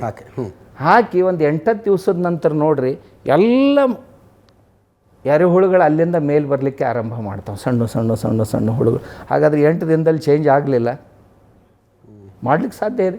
ಸ್ವಾಮೀಜಿಯವ್ರು ನಮಸ್ಕಾರ. ನಮಸ್ಕಾರ. ನನ್ನ ಹೆಸರು ಆನಂದ್ ಅಂತ, ಕೃಷಿ ಇದ್ರ ಬಗ್ಗೆ ಉಪನ್ಯಾಸ ಮಾಡೋ ಕೃಷಿ ವಿಶ್ವವಿದ್ಯಾಲಯದ ಬಂದಿದ್ದೀನಿ. ನನ್ನ ಪ್ರಶ್ನೆ ಏನಂದರೆ, ಈಗ ಹಸಿರು ಕ್ರಾಂತಿಗೆ ಮುಂಚೆ ಸಂಪೂರ್ಣವಾಗಿ ನಮ್ಮ ರೈತ ಪ್ರಕೃತಿಯಲ್ಲಿದ್ದ, ಅಲ್ಲೇ ಇದ್ದು ಅವರು ಕೆಲಸ ಮಾಡ್ತಾಯಿದ್ರು. ಸೊ ಆವಾಗ ಸಂಪೂರ್ಣ ಸಾವಯವವಾಗಿತ್ತು ನಮ್ಮ ಒಂದು ಕೃಷಿ. ಆದರೆ ಆಗಿನ ಪರಿಸ್ಥಿತಿ ಮತ್ತು ಮನಸ್ಥಿತಿ ರೈತರದು ಈಗಿನ 2025ನೇ ವರ್ಷದಲ್ಲಿನ ನಮ್ಮ ರೈತರ ಪರಿಸ್ಥಿತಿ ಮನಸ್ಥಿತಿ ಸಂಪೂರ್ಣ ಬದಲಾಗಿದೆ. ಇವತ್ತಿನ ರೈತರು ನಾವು ಇದ್ರ ಬಗ್ಗೆ ಎಲ್ಲ ಹೇಳಿದಾಗ ಅವರು ಎಲ್ಲೋ ಒಂದು ಕಡೆ ಸರ್ ನೀವು ಹೇಳೋದೆಲ್ಲ ಆಗೋದಿಲ್ಲ, ನಮಗೆ ಜೀವನ ಮಾಡೋದಕ್ಕೆ ಸಾಕಾಗ್ತಾ ಇಲ್ಲ ಈ ಒಂದು ಕೃಷಿಯಲ್ಲಿ. ಇಂಥ ಒಂದು ಸಂದರ್ಭದಲ್ಲಿ ಮತ್ತೆ ನೀವು ಸಾವಯವ ಕೃಷಿಯನ್ನು ಮಾಡಿ ಅಂದರೆ ನಾವು ನಮ್ಮ ಮಕ್ಕಳು ಹೆಂಡ್ತಿಯವರು ಬದುಕೋದು ಹೆಂಗೆ ಅನ್ನೋದು ಒಂದು ಪ್ರಶ್ನೆ. ಎರಡನೇದು, ನಮಗೆ ಎಣ್ಣೆ ಕೊಡ್ತಾ ಇಲ್ವಲ್ಲ ಸರ್, ನಾವು ಏನು ಮಾಡೋದು, ನಮ್ಮಲ್ಲಿ ಆದಾಯನೇ ಇಲ್ವಲ್ಲ ಅಂತ ಇನ್ನೊಂದು ಪ್ರಶ್ನೆ ಕೇಳ್ತಾರೆ. ಈ ಹಸಿರು ಕ್ರಾಂತಿಯಿಂದ ರೈತರು ಬದಲಾವಣೆ ಆಗ್ತಾ ಇದ್ದಾರೆ, ಆದರೆ ಅದರ ಪರಿಣಾಮಗಳನ್ನು ನಾವು ನೋಡ್ತಾ ಇದ್ದೀವಿ. ಪಂಜಾಬ್ನಲ್ಲಿ ಅತಿ ಒಳ್ಳೆಯ ಕೃಷಿ ಮಾಡೋರು ಯಾರು ಅಂದರೆ ಹರಿಯಾಣ, ಪಂಜಾಬ್. ಇವತ್ತು ಎಲ್ಲರೂ ಒಪ್ಕೊಳ್ತೀವಿ. ಹೌದು. ದೇಶದಲ್ಲಿ ಮೊಟ್ಟ ಮೊದಲನೇದಾಗಿ ಹಾಳಾದವ್ರು ಯಾರು ಅಂದರೆ ಅವರೇ ಇವತ್ತು. ಹೌದಾ? ಮೊದಲು ಒಂದು ಕ್ಯಾನ್ಸರ್ ಹಾಸ್ಪಿಟ್ಲ್ ಇತ್ತು, ಇವತ್ತು 300 ಕ್ಯಾನ್ಸರ್ ಹಾಸ್ಪಿಟ್ಲು ಪಂಜಾಬ್ನಲ್ಲಿವೆ. ಒಂದೂ IVF ಸೆಂಟ್ರ್ ಪಂಜಾಬ್ನಲ್ಲಿರಲಿಲ್ಲ, ಇವತ್ತಿನ ದಿವಸ 3000 IVF ಸೆಂಟ್ರ್ ಪಂಜಾಬ್ನಲ್ಲಿವೆ. ಇದು ಯಾವುದರ ಪರಿಣಾಮ? ನಾವು ಹಣದ ಮಾತಾಡ್ತೀವಿ, ಭೂಮಿಯ ಆರೋಗ್ಯದ ಕುರಿತು ಯಾರೂ ಮಾತಾಡೋದಿಲ್ಲ. ನೀರಿನ ಆರೋಗ್ಯ, ಭೂಮಿಯ ಆರೋಗ್ಯ, ಗಾಳಿಯ ಆರೋಗ್ಯ ಇವುಗಳನ್ನು ಕುರಿತು ಯಾರೂ ಮಾತಾಡೋದಿಲ್ಲ, ಮತ್ತು ಯಾರೂ ಇವುಗಳ ಬಗ್ಗೆ ಉಪನ್ಯಾಸ ನೀಡೋದಿಲ್ಲ. ನಮ್ಮ ಮನೆ ಬಲಗಡೆ ಒಂದು 4 ಮನೆಗಳು, ಎಡಗಡೆ 4 ಮನೆಗಳನ್ನು ತಾವು ಕೇಳ್ರಿ. ನಿಮ್ಮ ಮನೆಯಲ್ಲಿ ಟ್ಯಾಬ್ಲೆಟ್ಸ್ ತೊಗೊಳ್ಳದೆ ಬದುಕುವಂಥವ್ರು ಯಾವುದಾದ್ರೂ ಮನೆಗಳು ಇವೆ? 100ಕ್ಕೆ 100 ಒಂದು ಮನೆ ಸಿಗೋದಿಲ್ಲ. ಇದು ಯಾವುದರ ಪರಿಣಾಮ? ಈಗ ನಮ್ಮ ಪ್ರತಿಯೊಂದು ಜಿಲ್ಲೆಗಳಲ್ಲಿ ಕನಿಷ್ಠ 5ರಿಂದ 10 ಕ್ಯಾನ್ಸರ್ ಹಾಸ್ಪಿಟ್ಲ್ಗಳ, ಬರೀ ಬೆಳಗಾವಿ ಒಂದು ಸಿಟಿಯಲ್ಲಿ ಸುಮಾರು 5ರಿಂದ 10 1000 ಜನ ಪ್ರತಿ ದಿವಸ ಈ ಬೆಳಗಾವಿ ಜಿಲ್ಲೆಯಲ್ಲಿ ಕೆಮೊಥೆರಪಿ ತಗೊಳ್ತಾ ಇದ್ದಾರೆ. ಆಮೇಲೆ ಕನಿಷ್ಠ 500 ಜನ ರೇಡಿಯೋಥೆರಪಿ ಪ್ರತಿ ದಿವಸ ತಗೊಳ್ತಾ ಇದ್ದಾರೆ. ಇದೇನು ಮೇಲಿಂದ ಬಿತ್ತೇನು? ಆಮೇಲೆ ನಾವು ಎಲ್ಲ ದುಡಿದು ಗಳಿಸಿದ್ದನ್ನೆಲ್ಲ ಹಾಸ್ಪಿಟ್ಲಿಗೆ ಹಾಕೋದೇನು? ನಾನು ನಮ್ಮ ಜಿಲ್ಲೆದೆ, ನಮ್ಮ ಡಿಸ್ಟಿಕ್ನಲ್ಲಿ ಕೊಲ್ಲಾಪುರ ನಂದು, ಅಲ್ಲಿ 22 ಸಕ್ಕರೆ ಕಾರ್ಖಾನೆಗಳಿವೆ. ಆಮೇಲೆ ಒಂದು ಸಕ್ಕರೆ ಕಾರ್ಖಾನೆ ಕ್ರಷಿಂಗ್ ಕೆಪಾಸಿಟಿ ಒಂದು 5 ಲಕ್ಷ, 3 ಲಕ್ಷದಿಂದ 5 ಲಕ್ಷದವರೆಗಿದೆ. ಒಟ್ಟು ಎಲ್ಲ ಸಕ್ಕರೆ ಕಾರ್ಖಾನೆಗಳ ಒಟ್ಟು ಕ್ರಷಿಂಗು, ಅದರಿಂದ ಬರುವಂಥ ಕಬ್ಬಿನ ಹಣ ಎಷ್ಟು? ಆ ಹಣಕ್ಕೆ 40 ಲಕ್ಷ ಜನ ನಮ್ಮ ಜಿಲ್ಲೆಯ ಜನಸಂಖ್ಯೆ ಭಾಗಾಕಾರ ಮಾಡಿದರೆ ಪ್ರತಿ ದಿವಸ 150 ರೂಪಾಯಿದ ಔಷಧ ಪ್ರತಿಯೊಬ್ಬರು ತಿಂತಾ ಇದ್ದಾರೆ ಪ್ರತಿ ದಿವಸ 40 ಲಕ್ಷ ಜನ. ಆಮೇಲೆ ಊಟಕ್ಕೆ ಮಾತ್ರ 50 ರೂಪಾಯಿ ಖರ್ಚು ಮಾಡ್ತಾ ಇದ್ದಾರೆ ಪ್ರತಿ ದಿವಸ. ಅದು ಇದನ್ನು ನಮ್ಮ ರೈತರಿಗೆ ತಿಳಿಸಿ ಹೇಳಬೇಕಲ್ಲ. ನಾ ಈಗ ಹೇಳ್ತಾ ಇದ್ದೀನಿ, ಜನ ಕೇಳ್ತಾ ಇದ್ದಾರೆ, ತುಂಬ ಜನ ಬರ್ತಾ ಇದ್ದಾರೆ. ಈಗ ಮೊದಲು ರಿಟೈರ್ ಆಗಿದ್ದಂಥ ಜನರು ಎಲ್ಲೋ ಶಹರಗಳನ್ನು ಸೇರ್ಕೊಂಡು ಆರಾಮಿರ್ತಿದ್ರು.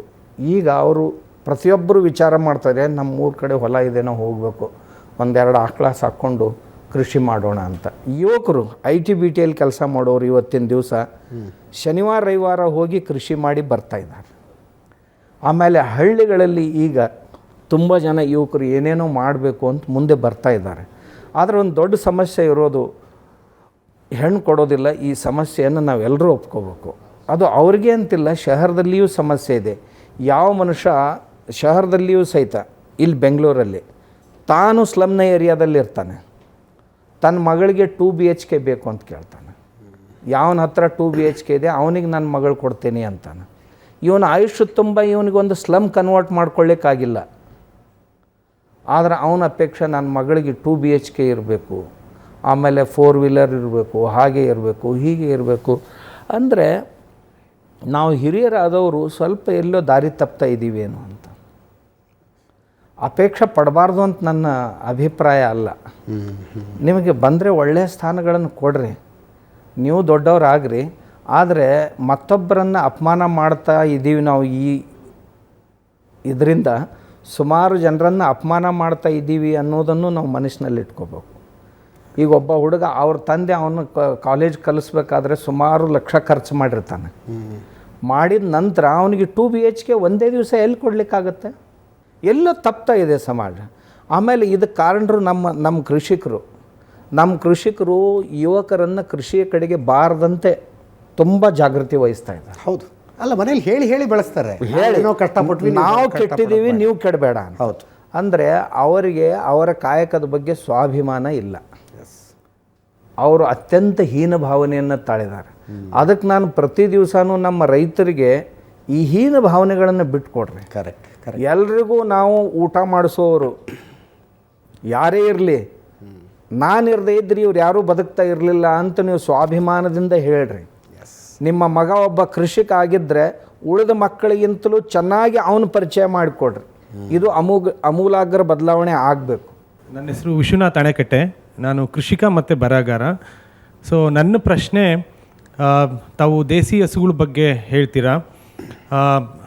ಭಾರತ ದೇಶ ಹಿಂದಕ್ಕೆ ಹೋಗಿ ನೋಡಿದ್ರೆ ಹೊರಗಡೆಯಿಂದ ಬಂದಿರೋಂಥ ಆರ್ಯರನ್ನ ಒಳಗೊಂಡಿಸ್ಕೊಂಡಿದೆ. ಅದೇ ಥರ HF, ಆಲ್ಸ್ಟಿನ್ ಫ್ರಿಜಿಯನ್ದು, ಜರ್ಸಿ ಬೇರೆ ದೇಶದ್ದು ಆ ತಳಿಗಳನ್ನು ಕೂಡ ನಮ್ಮಲ್ಲಿ ಈ ದೇಶ ಒಪ್ಕೊಂಡಿದೆ. ನೀವು ಹೇಳೋ ಅಂಥದ್ದು ಶ್ರೇಷ್ಠ ಮತ್ತು ಕನಿಷ್ಠ ಅಂತ, ಯಾವುದೊಂದು ಹಸು ದೇಸಿ ಹಸು ಶ್ರೇಷ್ಠ ಅಂತ. ನಮ್ಮ HF ಜರ್ಸಿಗಳು ನಮ್ಮ ಬಡವ್ರ ಮನೆಗಳಲ್ಲಿ ಎಷ್ಟೋ ಮಕ್ಕಳನ್ನು ಓದಿಸಿದ್ದಾವೆ ಮತ್ತು ಎಷ್ಟೋ ಮನೆಗಳಲ್ಲಿ ಮದುವೆ ಮಾಡಿದ್ದಾವೆ. ನಮ್ಮ ಇಡೀ ಎಕಾನಮಿನ ರೂರಲ್ ಕ್ಯಾಶ್ ಫ್ಲೋ ಅಂತ ಏನು ಹೇಳ್ತೀವಿ, ಆ ಕ್ಯಾಶ್ ಫ್ಲೋಗೆ ದೊಡ್ಡ ಕಾಂಟ್ರಿಬ್ಯೂಷನ್ ಇವತ್ತು ಹೈನುಗಾರಿಕೆಯಿಂದ ಆಗ್ತಾ ಇದೆ. ಸೊ ಹಾಗಾಗಿ ನೀವು ಯಾಕೆ ಶ್ರೇಷ್ಠ ಕನಿಷ್ಠ ಅಂತ ಅನ್ನೋದನ್ನು ನೀವು ಇದು ಮಾಡ್ತೀರಾ ಅಂತ. ಒಳ್ಳೆಯ ಪ್ರಶ್ನೆ. ಈ ಎರಡು ಪ್ರಾಣಿಗಳಿವೆ ಒಂದಕ್ಕೊಂದು. ಇದು ಒಂದು ಜರ್ಸಿ ಇದೆ, ಒಂದು ದೇಶಿ ಇದೆ. ಇವೆರಡರಲ್ಲಿಯೂ ಸ್ಟ್ರಕ್ಚರ್, ಎರಡೂ ಶರೀರದ ಸ್ಟ್ರಕ್ಚರ್ ತುಂಬ ಭಿನ್ನವಾಗಿದೆ. ನೀವು ವೈಜ್ಞಾನಿಕರನ್ನು ಕೇಳಿ, ಸೈಂಟಿಸ್ಟ್ ಏನಿದಾರಲ್ಲ ಅವ್ರನ್ನ ಕೇಳಿ. ಅವು ಎರಡುಗಳ ಸ್ವಭಾವ ಭಿನ್ನವಾಗಿದೆ. ಅವು ಎರಡೂ ಪ್ರಾಣಿಗಳ ಶರೀರದಲ್ಲಿ ಕೆಲಸ ಮಾಡ್ತಾ ಇರುವಂಥ ಬ್ಯಾಕ್ಟೀರಿಯಾಗಳೇನಿವೆ ತುಂಬ ಭಿನ್ನವಾಗಿವೆ. ಆಮೇಲೆ ಎರಡೂ ಕೊಡುವಂಥ ಪದಾರ್ಥಗಳು ತುಂಬ ಭಿನ್ನವಾಗಿವೆ. ಯಾವುದು 380 ಡಿಗ್ರಿ ಒಳಗೆ ಬಾಲ ತಿರುಗಿಸುತ್ತೋ ಅದು ದೇಶಿ. 360 ಡಿಗ್ರಿ. ಎಸ್, 360. ಎಸ್, 360ಯಲ್ಲಿ. ಜರ್ಸಿ 180ಯಲ್ಲಿ ತಿರುಗಿಸುತ್ತೆ. ಅಂದರೆ ಅದರ ತನ್ನ ರಕ್ಷಣೆಯನ್ನು ಮಾಡಿಕೊಳ್ಳುವಂಥ ಸಾಮರ್ಥ್ಯ. ಅದು ಜೆನೆಟಿಕಲಿ ಮಾಡಿಫೈಡ್ ಬ್ರೀಡ್ ಒಂದು. ಇಲ್ಲ, ಅದು ಅಲ್ಲಿಂದ ಆ ದೇಶದ ಆಮೇಲೆ ನೀವು ಮಾತಾಡ್ರಿ, ನಾನು ಹೇಳೋದನ್ನು ಚೆನ್ನಾಗಿ ಕೇಳ್ರಿ. ಮೊದಲು ಮಾಡಿಫೈಡ್ ಅದು, ಹೌದಾ, ಹೆಚ್ಚು ಹಾಲು ಕೊಡಬೇಕು ಅಂತ ತಯಾರು ಮಾಡಿದ್ದು. ಎರಡನೇದ್ದು ಅದರ ಬುದ್ಧಿಯನ್ನು ನೋಡಿ. ಆಮೇಲೆ ಜವಾರಿ ಆಕಳ ಬುದ್ಧಿಯನ್ನು ನೋಡಿ. ಅದು ಎಷ್ಟು ತಿನ್ನಬೇಕು ಅನ್ನೋಷ್ಟು ಬುದ್ಧಿನೂ ಅದರ ಹತ್ತಿರ ಇಲ್ಲ. ನೀವೊಂದು ಚೀಲ ಇಟ್ಬಿಡಿ ಅದರ ಎದುರಿಗೆ ಬಿಚ್ಚಿ, ಆ ಚೀಲ ಮುಗಿಯೋವರೆಗೂ ತಿಂತಿರುತ್ತೆ. ಹೊಟ್ಟೆ ಉಬ್ಬಿದ ನಂತರ ಬಿದ್ದು ಬಿಡುತ್ತೆ. ನಮ್ಮ ಜವಾರಿ ಹಸು ಹಾಗಲ್ಲ. ನೀವು ಬೇಕಾದಷ್ಟು ಹಾಕಿ, ಹೊಟ್ಟೆ ತುಂಬಿತು ಅಂದ್ರೆ ಕೂತು ಬಿಡುತ್ತೆ ಕೆಳಗಡೆ. ಎರಡು. ಇನ್ನೂ ಬಹಳ ಇದೆ, ಎಷ್ಟು ಬೇಗ ನೀವು ಗಡಿಬಿಡಿ ಮಾಡಬೇಡಿ. ಮೂರನೇದ್ದು, ಅದೇನು ಹಾಲು ಕೊಡುತ್ತಲ್ಲ, ಆ ಹಾಲಿನಲ್ಲಿ, ಯಾವುದೇ ಹಾಲಿನಲ್ಲಿ ಕೇಸಿನ್ ಅನ್ನೋ ಒಂದು ಘಟಕ ಇರುತ್ತೆ. ಏನು? ಪ್ರೋಟೀನ್ನಲ್ಲಿ ಕೇಸಿನ್ನು. ಈ ಕೇಸಿನ್ನು ರೋಗ ಪ್ರತಿಕಾರಕ ಶಕ್ತಿಯನ್ನು ಉಂಟು ಮಾಡುತ್ತೆ. ಆದರೆ ಈ ಜರ್ಸಿ ಹಸುವಿನ ಹಾಲಿನಲ್ಲಿ ನ್ಯೂಜಿಲ್ಯಾಂಡ್ ಮತ್ತು ಆಸ್ಟ್ರೇಲಿಯಾದ ವಿಜ್ಞಾನಿಗಳು ಇಬ್ಬರು ಪಿಡಿಯಾಟ್ರಿಷನ್ನು ಅಲ್ಲೇ ಶಾಲೆಯ ಮಕ್ಕಳಿಗೆ ಕೆಲವೊಂದು ರೋಗಗಳು ಕಂಡು ಬಂದ ನಂತರ ಅವರು ಒಂದು ಆಯೋಗ ನೇಮಿಸಿದರು, ವೈದ್ಯರ ಆಯೋಗ. ಅವರು 10-12 ವರ್ಷಗಳ ಸಂಶೋಧನೆ ನಂತರ ಡೆವಿಲ್ ಇನ್ ದ ಮಿಲ್ಕ್ ಅಂತಕ್ಕಂಥ ಒಂದು ಪುಸ್ತಕವನ್ನು ಪ್ರಕಟ ಮಾಡಿದರು. ಈ ಹಾಲಿನಲ್ಲಿರುವಂಥ ಭೂತಗಳು ಅಂತ, ಅದರಲ್ಲಿ ಅವರು 12 ರೋಗಗಳನ್ನು ಗುರುತಿಸಿದ್ದಾರೆ. ಈ ಕೇಸಿನ್ ಏನಿದೆ, ಕೇಸಿನ್ನಲ್ಲಿ ಎಲ್ಲ ಹಾಲುಗಳಲ್ಲಿ ಕೇಸಿನ್ ಇರುತ್ತೆ. ಈ ಜರ್ಸಿ ಹಸುವಿನ ಹಾಲಿನಲ್ಲಿ ಮಾರ್ಫಿನ್ ಇದೆ ಒಂದು, BCM7 ಅದರ ಹೆಸರು, ಬೀಟಾ ಕೇಸೋ ಮಾರ್ಫಿನ್ 7. ಈ BCM7 ಅಂತಕ್ಕಂಥ ಒಂದು ವಿಷಾಣು ಏನಿದೆ, ಅದು ಮೊದಲನೇದಾಗಿ ನಮ್ಮ ಪ್ಯಾಂಕ್ರಿಯಾಸನ್ನು ಡ್ಯಾಮೇಜ್ ಮಾಡುತ್ತೆ. ಎರಡನೇದಾಗಿ ಅವ್ರು ಹೇಳಿದ್ದು ಸೀಸೋಫ್ರೀಮಿಯಾವನ್ನು ಉಂಟು ಮಾಡುತ್ತೆ. ಮೂರನೇದಾಗಿ ಕ್ಯಾನ್ಸರನ್ನು ಉಂಟು ಮಾಡುತ್ತೆ. ನಾಲ್ಕನೇದಾಗಿ ಬ್ಲಡ್ ಪ್ರೆಷರ್ನ ಉಂಟು ಮಾಡುತ್ತೆ, ಸಂಧಿ ನೋವನ್ನು ಉಂಟು ಮಾಡುತ್ತೆ, ಆನಂತರ ಬಂಜೆತನವನ್ನು ಉಂಟು ಮಾಡುತ್ತೆ. ಹೀಗೆ 12 ರೋಗಗಳಿಗೆ ಅದು ಕಾರಣೀಭೂತವಾಗಿದೆ. ಆನಂತರ ಅಲ್ಲಿ ಸುಪ್ರೀಂ ಕೋರ್ಟು ಅದಕ್ಕೇನು ಮಾಡಿತು ಅಂದರೆ, ಈ ಹಾಲು ಶರೀರಕ್ಕೆ ಅಪಾಯಕಾರಕವಾಗಿದೆ ಅಂತ ಬರಿಬೇಕು ಕಂಪಲ್ಸರಿ. ಅಲ್ಲಿ ಬರಿತಾ ಇದ್ದಾರೆ. ನಮ್ಮ ದೇಶದಲ್ಲಿ ಬರಿತಾ ಇಲ್ಲ ಅದನ್ನು. ಇದರ ವಿರುದ್ಧವಾಗಿ ನೀವು ದೇಶಿ ಹಸುವಿನಲ್ಲಿ ನೋಡಿದರೆ, ದೇಶಿ ಹಸು ಚತುರ ಪ್ರಾಣಿ.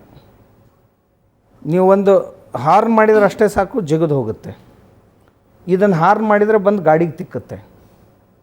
ಎರಡನೇದ್ದು, ಇದು ಸಗಣಿ ಹಾಕುತ್ತೆ, ಇದು ಸಗಣಿ ಹಾಕುತ್ತೆ. ಆ ಸಗಣಿಯಿಂದ ಅವಕ್ರ ಸ್ವಭಾವ ಗೊತ್ತಾಗುತ್ತೆ.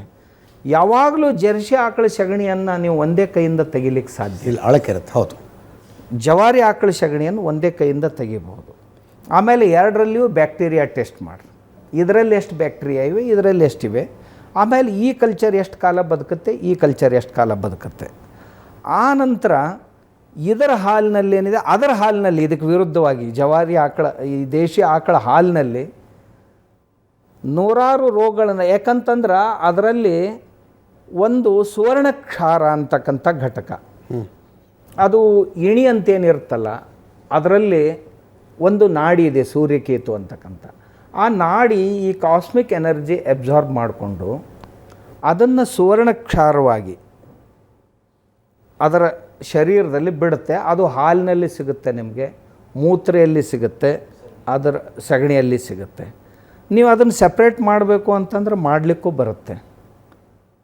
ಒಂದು ಔಷಧ ಇದೆ, ಕೆಮಿಕಲ್ಲು, ಆ ಗೋಮೂತ್ರದಲ್ಲಿ ಹಾಕಿ ನೀವೊಂದು ಬ್ಲೇಡನ್ನು ಅದರಲ್ಲಿ ಬಿಟ್ಟರೆ ಆ ಬಂಗಾರದ ಕಣಗಳು ಬ್ಲೇಡ್ಗೆ ಅಂಟ್ಕೊಳ್ತಾವೆ. ಆದರೆ ಅದು ಕೆಲಸಕ್ಕೆ ಬರೋದಿಲ್ಲ ಅಷ್ಟು. ಆದರೆ ಆ ಕ್ಷಾರ ಇದೆ. ಆ ನಂತರ ಇದನ್ನು ಊಟ ಮಾಡಿದವ್ರಿಗೆ ಏನಾಗುತ್ತೆ, ಇದನ್ನು ಊಟ ಮಾಡಿದವ್ರಿಗೆ ಏನಾಗುತ್ತೆ, ಇದ್ರ ಮೇಲೆ ಅವರು ತುಂಬ ಚೆನ್ನಾಗಿ ಪ್ರಯೋಗ. ಇಲ್ಲಿ ಅವ್ರಿಗೆ ಏನಾಗುತ್ತೆ, ಅದನ್ನು ಆರಂಭದಲ್ಲೇ ಹೇಳಿದ್ರಲ್ಲ, ಅದಕ್ಕೂ ಇದಕ್ಕೂ ಏನೂ ಅಂತರ ಇಲ್ಲ ಅಂತ. ಯಾರು ಅದನ್ನು ಚೆನ್ನಾಗಿ ನೋಡಿಲ್ವೋ, ನಾನು ಹೇಳಿದ್ನಲ್ಲ, ನನ್ನ ಹತ್ರ 100 ಹಸುಗಳಿದ್ದು. ಜೀವಾಮೃತದ ಬಗ್ಗೆ ನಾನು ತುಂಬ ಓದ್ತಿದ್ದೀನಿ.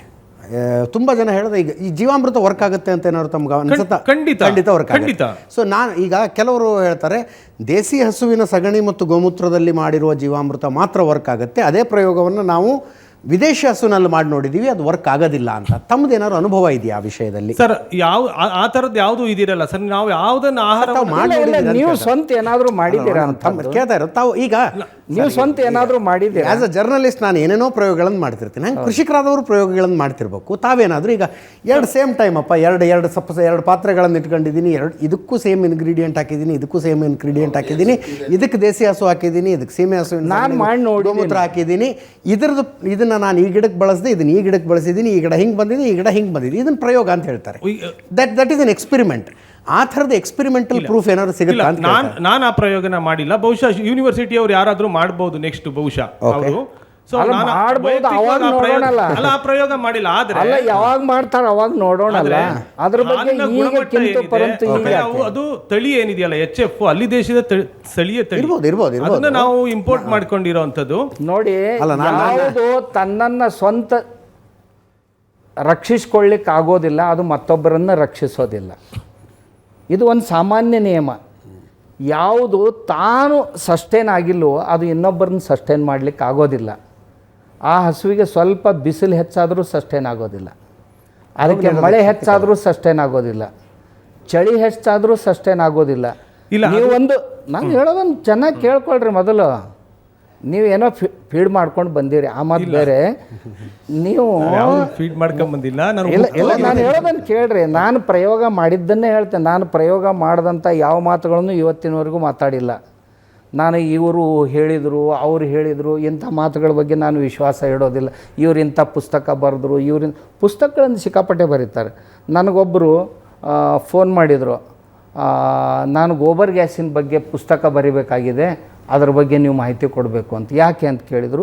ಇಂತಿಂಥ ಪೇಪರ್ನವ್ರು ನನಗೆ ಹೇಳಿದ್ದಾರೆ ಅದ್ರ ಬಗ್ಗೆ ಪುಸ್ತಕ, ನಿಮ್ದು ಏನು ಅನುಭವ ಅಂತ ಕೇಳಿ. ನನಗೇನೂ ಗೊತ್ತಿಲ್ಲ ಅದರಲ್ಲಿ ಅಂತ. ಆ ನಂತರ ಅವ್ರ ಪುಸ್ತಕ ಬಂತು ಮಾರ್ಕೆಟ್ಗೆ. ತುಂಬ ಮಾರ್ಕೆಟ್ನಲ್ಲಿ ಆ ಪುಸ್ತಕ ಓಡಾಡಿತು, ಏನೂ ಇರಲಿಲ್ಲ. ಹಾಗಂತ ನಾನು ಪಾಳೇಕರ್ ಅವರ ಅಂದರೆ ಅವ್ರದ್ದೊಂದು ಓಪನ್ ಚಾಲೆಂಜ್ ಇತ್ತು. ನಾನು ಆ ಪುಸ್ತಕನೂ ತಮಗೆ ತಲುಪಿಸ್ತೀನಿ. 10 ಲಕ್ಷ ರೂಪಾಯಿ ಬಹುಮಾನ ಗೆಲ್ಲುವ ಸುವರ್ಣ ಅವಕಾಶ ಅದು. ಅಂದರೆ ಜರ್ಸಿ ಮತ್ತು ದೇಸಿ ಹಸು ಎರಡೂ ಒಂದೇ ಅಂತ ಪ್ರೂವ್ ಮಾಡಿದ್ರೆ, ಎರಡರಲ್ಲೂ ಸೇಮ್ ಗುಣಲಕ್ಷಣಗಳಿದಾವೆ ಅಂತ ಸೇಮ್ ಗುಣಲಕ್ಷಣಗಳು ನಾನು ಹೇಳೋದು. ಇಲ್ಲಿ ಹಾಲಿನಲ್ಲೂ ವ್ಯತ್ಯಾಸ ಇಲ್ಲ, ಸಗಣಿಲೂ ವ್ಯತ್ಯಾಸ ಇಲ್ಲ, ಗೋಮೂತ್ರದಲ್ಲೂ ವ್ಯತ್ಯಾಸ ಇಲ್ಲ. ರಾಷ್ಟ್ರೀಯ ಸಂಸ್ಥೆ ಪ್ರೂವ್ ಮಾಡಿದ್ರೆ 10 ಲಕ್ಷದ ಕ್ಯಾಶ್ ಪ್ರೈಸ್ ಕೊಡ್ತೀವಿ ಅಂತ ಒಂದು ಚಾಲೆಂಜ್ ಇದೆ. NDRC ಇದೆ, ಇಲ್ಲಿ NDRA ಇದೆ. ಇಲ್ಲಿ ಬೆಂಗಳೂರಲ್ಲಿ ಒಂದು NDRA ಸಂಸ್ಥೆ ಇದೆ, ಅದು ರಿಸರ್ಚ್ ಕೆಲಸನೇ ಮಾಡುತ್ತೆ. ಅದರಲ್ಲಿ ಹಾಂ, ಆಡಿಗೋಡಿಯಲ್ಲಿ ಇದೆ. ಅಲ್ಲಿ ಹೋಗಿ 2 ರಿಪೋರ್ಟ್ ಅವ್ರ ಹತ್ರ ಇವೆ, ನೋಡಿದರೆ ಸಾಕು ನೀವು ಕಷ್ಟಪಟ್ಟು, ಮತ್ತೇನು ಮಾಡಬೇಕಾಗಿಲ್ಲ. ಇನ್ನೊಂದು ಪ್ರಶ್ನೆ ಇದೆ ನಂದು. ಅಜ್ಞಾನವೆಂಬ ತೊಟ್ಟಿಲಲ್ಲಿ ಜ್ಞಾನವೆಂಬ ಶಿಶುವ ಮಲಗಿಸಿ ಸಕಲ ವೇದಶಾಸ್ತ್ರಗಳೆಂಬ ನೇಣ ಕಟ್ಟಿ ಹಿಡಿದು ತೂಗಿ ಜೋಗುಳವಾಡುತ್ತಿದ್ದಾಳೆ ಭ್ರಾಂತಿ ಎಂಬ ತಾಯಿ. ತೊಟ್ಟಿಲು ಮುರಿದು ನೇಣು ಅರಿದು ಜೋಗುಳದಿಂದಲ್ಲದೆ ಗುಹೇಶ್ವರ ಲಿಂಗವ ಕಾಣಬಾರದು ಅಂತ ಹೇಳ್ತಾರೆ. ಕಾಡಸಿದ್ದೇಶ್ವರ ಅವರದೇನೆಂದರೆ ಬಸವೋತ್ತರ ಕಾಲದಲ್ಲಿ ಬರುವಂಥ ಅವೈದಿಕ ಪರಂಪರೆಯ ಮಠ. ಆ ಮಠದ ಯಾರು ನೀವು ನಿರ್ಣಯ ಮಾಡಿದ್ರಿ? ಅಲ್ಲ ಪ್ರಶ್ನೆ ಕೇಳಿ ಸ್ವಾಮೀಜಿ, ಪ್ರಶ್ನೆ ಕೇಳ್ಕೊಂಬಿಡಿ. ಅಲ್ಲ, ಇದು ಕಾಡಸಿದ್ದೇಶ್ವರ ಇಂಥ ಪ್ರಶ್ನೆಗಳಿಲ್ಲದೆ ಇದ್ರೆ ಈ ಚರ್ಚೆನೇ ಇಂಟ್ರೆಸ್ಟಿಂಗ್ ಆಗುತ್ತೆ. ಗೊತ್ತಾಯ್ತು ನಾನು ನೀವು ಎಲ್ಲಿಂದ ಬರ್ತಾ ಇದ್ದೀರಿ. ಹೊರಗಿನಿಂದ ಬಂದ ಆರ್ಯರನ್ನು ನಮ್ಮವರನ್ನಾಗಿ ಅವೈದಿಕ ಪರಂಪರೆಯಿಂದ ಬಂದಿರೋಂಥ ಮಠದೊಳಗಡೆಗೆ ಅಲ್ಲ, ನಾವು ವೈದಿಕರು ಅವೈದಿಕರು ನಮ್ಮ ಮಠ ನಿರ್ಣಯ ಮಾಡೋರು ನೀವು ಯಾರು? ಅಲ್ಲ, ಒಂದೇ ನಿಮಿಷ ಪ್ರಶ್ನೆ ಪೂರ್ತಿ ಕೇಳಿಸ್ಕೊಂಬಿಡಿ Swamiji. Yes please please. Okay, ಬಂದಿರೋಂಥ ಇದ್ರೊಳಗಡೆ ಈ ರೀತಿ ಒಂದು ಸನಾತನವಾದಂಥ ಆಲೋಚನೆಗಳನ್ನು ತಂದು ಮಾಡ್ತಾ ಇರೋವಂಥದ್ದು ಬಸವಾದಿ ಶರಣರ ವಿಚಾರಕ್ಕೆ ಸರಿ ಹೊಂದುತ್ತಾ ಅನ್ನೋದು ಒಂದು. ಮತ್ತು ಗುಹೇಶ್ವರ ಲಿಂಗವನ್ನ ಕಾಣಲಿಕ್ಕೆ ಸಾಧ್ಯನಾ? ತೊಟ್ಟಿಲು ಮುರಿದು ನೇಣು ಅರಿದು ಅರಿದಲ್ಲದೆ ಅದೆಲ್ಲ ಕಾಣಲಿಕ್ಕೆ ಸಾಧ್ಯ ಆಗುತ್ತಾ ಅಂತ ನನ್ನ ಪ್ರಶ್ನೆ. ಅದೆಲ್ಲ ನೀವೇ ನೋಡ್ಕೊಳ್ಳೋದು. ನಾನು ಹೇಳೋದಿಷ್ಟೇ, ಮುಖ್ಯವಾದ ಪ್ರಶ್ನೆ. ಇದು ವೈದಿಕ ಮಠನೋ ಅವೈದಿಕ ಮಠನೋ? ಎಲ್ಲವೂ ವೈದಿಕ ಮಠಗಳೇ ಒಂದು ಕಾಲಕ್ಕೆ. ಈಗಲೂ ಎಲ್ಲವೂ ಹೆಚ್ಚು ಕಡಿಮೆ ವೈದಿಕ ಮಠಗಳೇ. ನಿನ್ನೆ ಮೊನ್ನೆ ಉಟ್ಕೊಂಡಂಥ 4 ಜನ ಬಸವಣ್ಣವರು ಅಥವಾ ಪ್ರಭುದೇವರು 4 ವಚನಗಳನ್ನು ತೊಗೊಂಡು ಎತ್ಕೊಂಡು ಅದರಲ್ಲೇ ಒಂದು ಏನೋ ಹೊಸ ಸಿದ್ಧಾಂತ ಕಟ್ಟಲಿಕ್ಕೆ ಹೊರಟವ್ರು ಇವ್ರು ಯಾರೂ ಇಲ್ಲ. ಬಸವಣ್ಣವರು ವೈದಿಕವೇ ಆಗಿರದೇ ಇದ್ದರೆ, ಬಸವಣ್ಣವರ ವಚನಗಳಲ್ಲಿ ಸುಮಾರು ವೈದಿಕ ಉಕ್ತಿಗಳಿವೆ. ಎಲ್ಲ ಶರಣರ ವಚನಗಳಲ್ಲಿ ಇವೆ. ಒಂದಲ್ಲ ಎರಡಲ್ಲ, 100 ವಚನಗಳು ಬರ್ತಾವೆ. ನಾವು ಮಾತಾಡೋದನ್ನು ಕೇಳ್ಬೇಕು ಸರಿಯಾಗಿ. ಆಮೇಲೆ ಬಸವಣ್ಣವರು ವೇದ ಅಂತಂದ್ರೆ ಉಪನಿಷತ್ ಭಾಗ, ಅರಣ್ಯಕ ಭಾಗ, ಬ್ರಾಹ್ಮಣಕ ಭಾಗ, ಸಂಹಿತಾ ಭಾಗ, ಅದರಲ್ಲಿ ಯಾವುದರ ವಿರೋಧಕರಾಗಿದ್ದರು? ತಾತ್ವಿಕ ಭಾಗ ಉಪನಿಷತ್ತು ಕೇವಲ. ಆ ತಾತ್ವಿಕದಲ್ಲಂತರೂ ಏಕಂ ಸತ್ ವಿಪ್ರಾಹ ಬಹುಧಾ ವದಂತಿ ಅನ್ನೋದನ್ನು ಬಸವಣ್ಣವರು ದೇವನೊಬ್ಬ ನಾಮ ಹಲವು ಅಂತ ಸ್ಪಷ್ಟವಾಗಿ ಹೇಳಿ. ಏನು ತಾತ್ವಿಕ ಇದಕ್ಕೆ ವಿರೋಧ ಇತ್ತೋ ಅಥವಾ ಅವರ ಕರ್ಮಕಾಂಡಕ್ಕೆ ವಿರೋಧ ಇತ್ತೋ, ಅವರ ಭಕ್ತಿ ಏನು ಪೂಜೆ ಪುನಸ್ಕಾರಗಳು ಇದು ಯಾವುದಕ್ಕೆ ವಿರೋಧ ಇತ್ತು? ಎಲ್ಲವನ್ನು ಸಾರಾಸಕ್ತಾಗಿ ಎಂದು ವಿರೋಧ ಮಾಡಲಿಕ್ಕೆ ಸಾಧ್ಯ ಇಲ್ಲ, ಮಾಡೋದು ಸಾಧ್ಯ ಇಲ್ಲ. ಹಾಗೆ ಮಾಡಿದ್ರು ಅಂದ್ರೆ ವಚನಶಾಸ್ತ್ರ ಚೆನ್ನಾಗಿ ಓದಿ, ಬಸವಣ್ಣವ್ರ ವಚನಗಳನ್ನು ಚೆನ್ನಾಗಿ ಓದ್ರಿ, ಎಲ್ಲ ಶರಣರ ವಚನಗಳನ್ನು ಚೆನ್ನಾಗಿ ಓದ್ಕೊಳ್ರಿ. ಓದ್ಕೊಂಡ ನಂತರ ನಿಮ್ಗೆ ಗೊತ್ತಾಗುತ್ತೆ ಪ್ರಾಸಂಗಿಕ ಮಾತುಗಳನ್ನು ಎತ್ಕೊಂಡು ಯಾವ ಸಿದ್ಧಾಂತನೂ ಕಟ್ಟಲಿಕ್ಕೆ ಆಗೋದಿಲ್ಲ ಅನ್ನೋದು.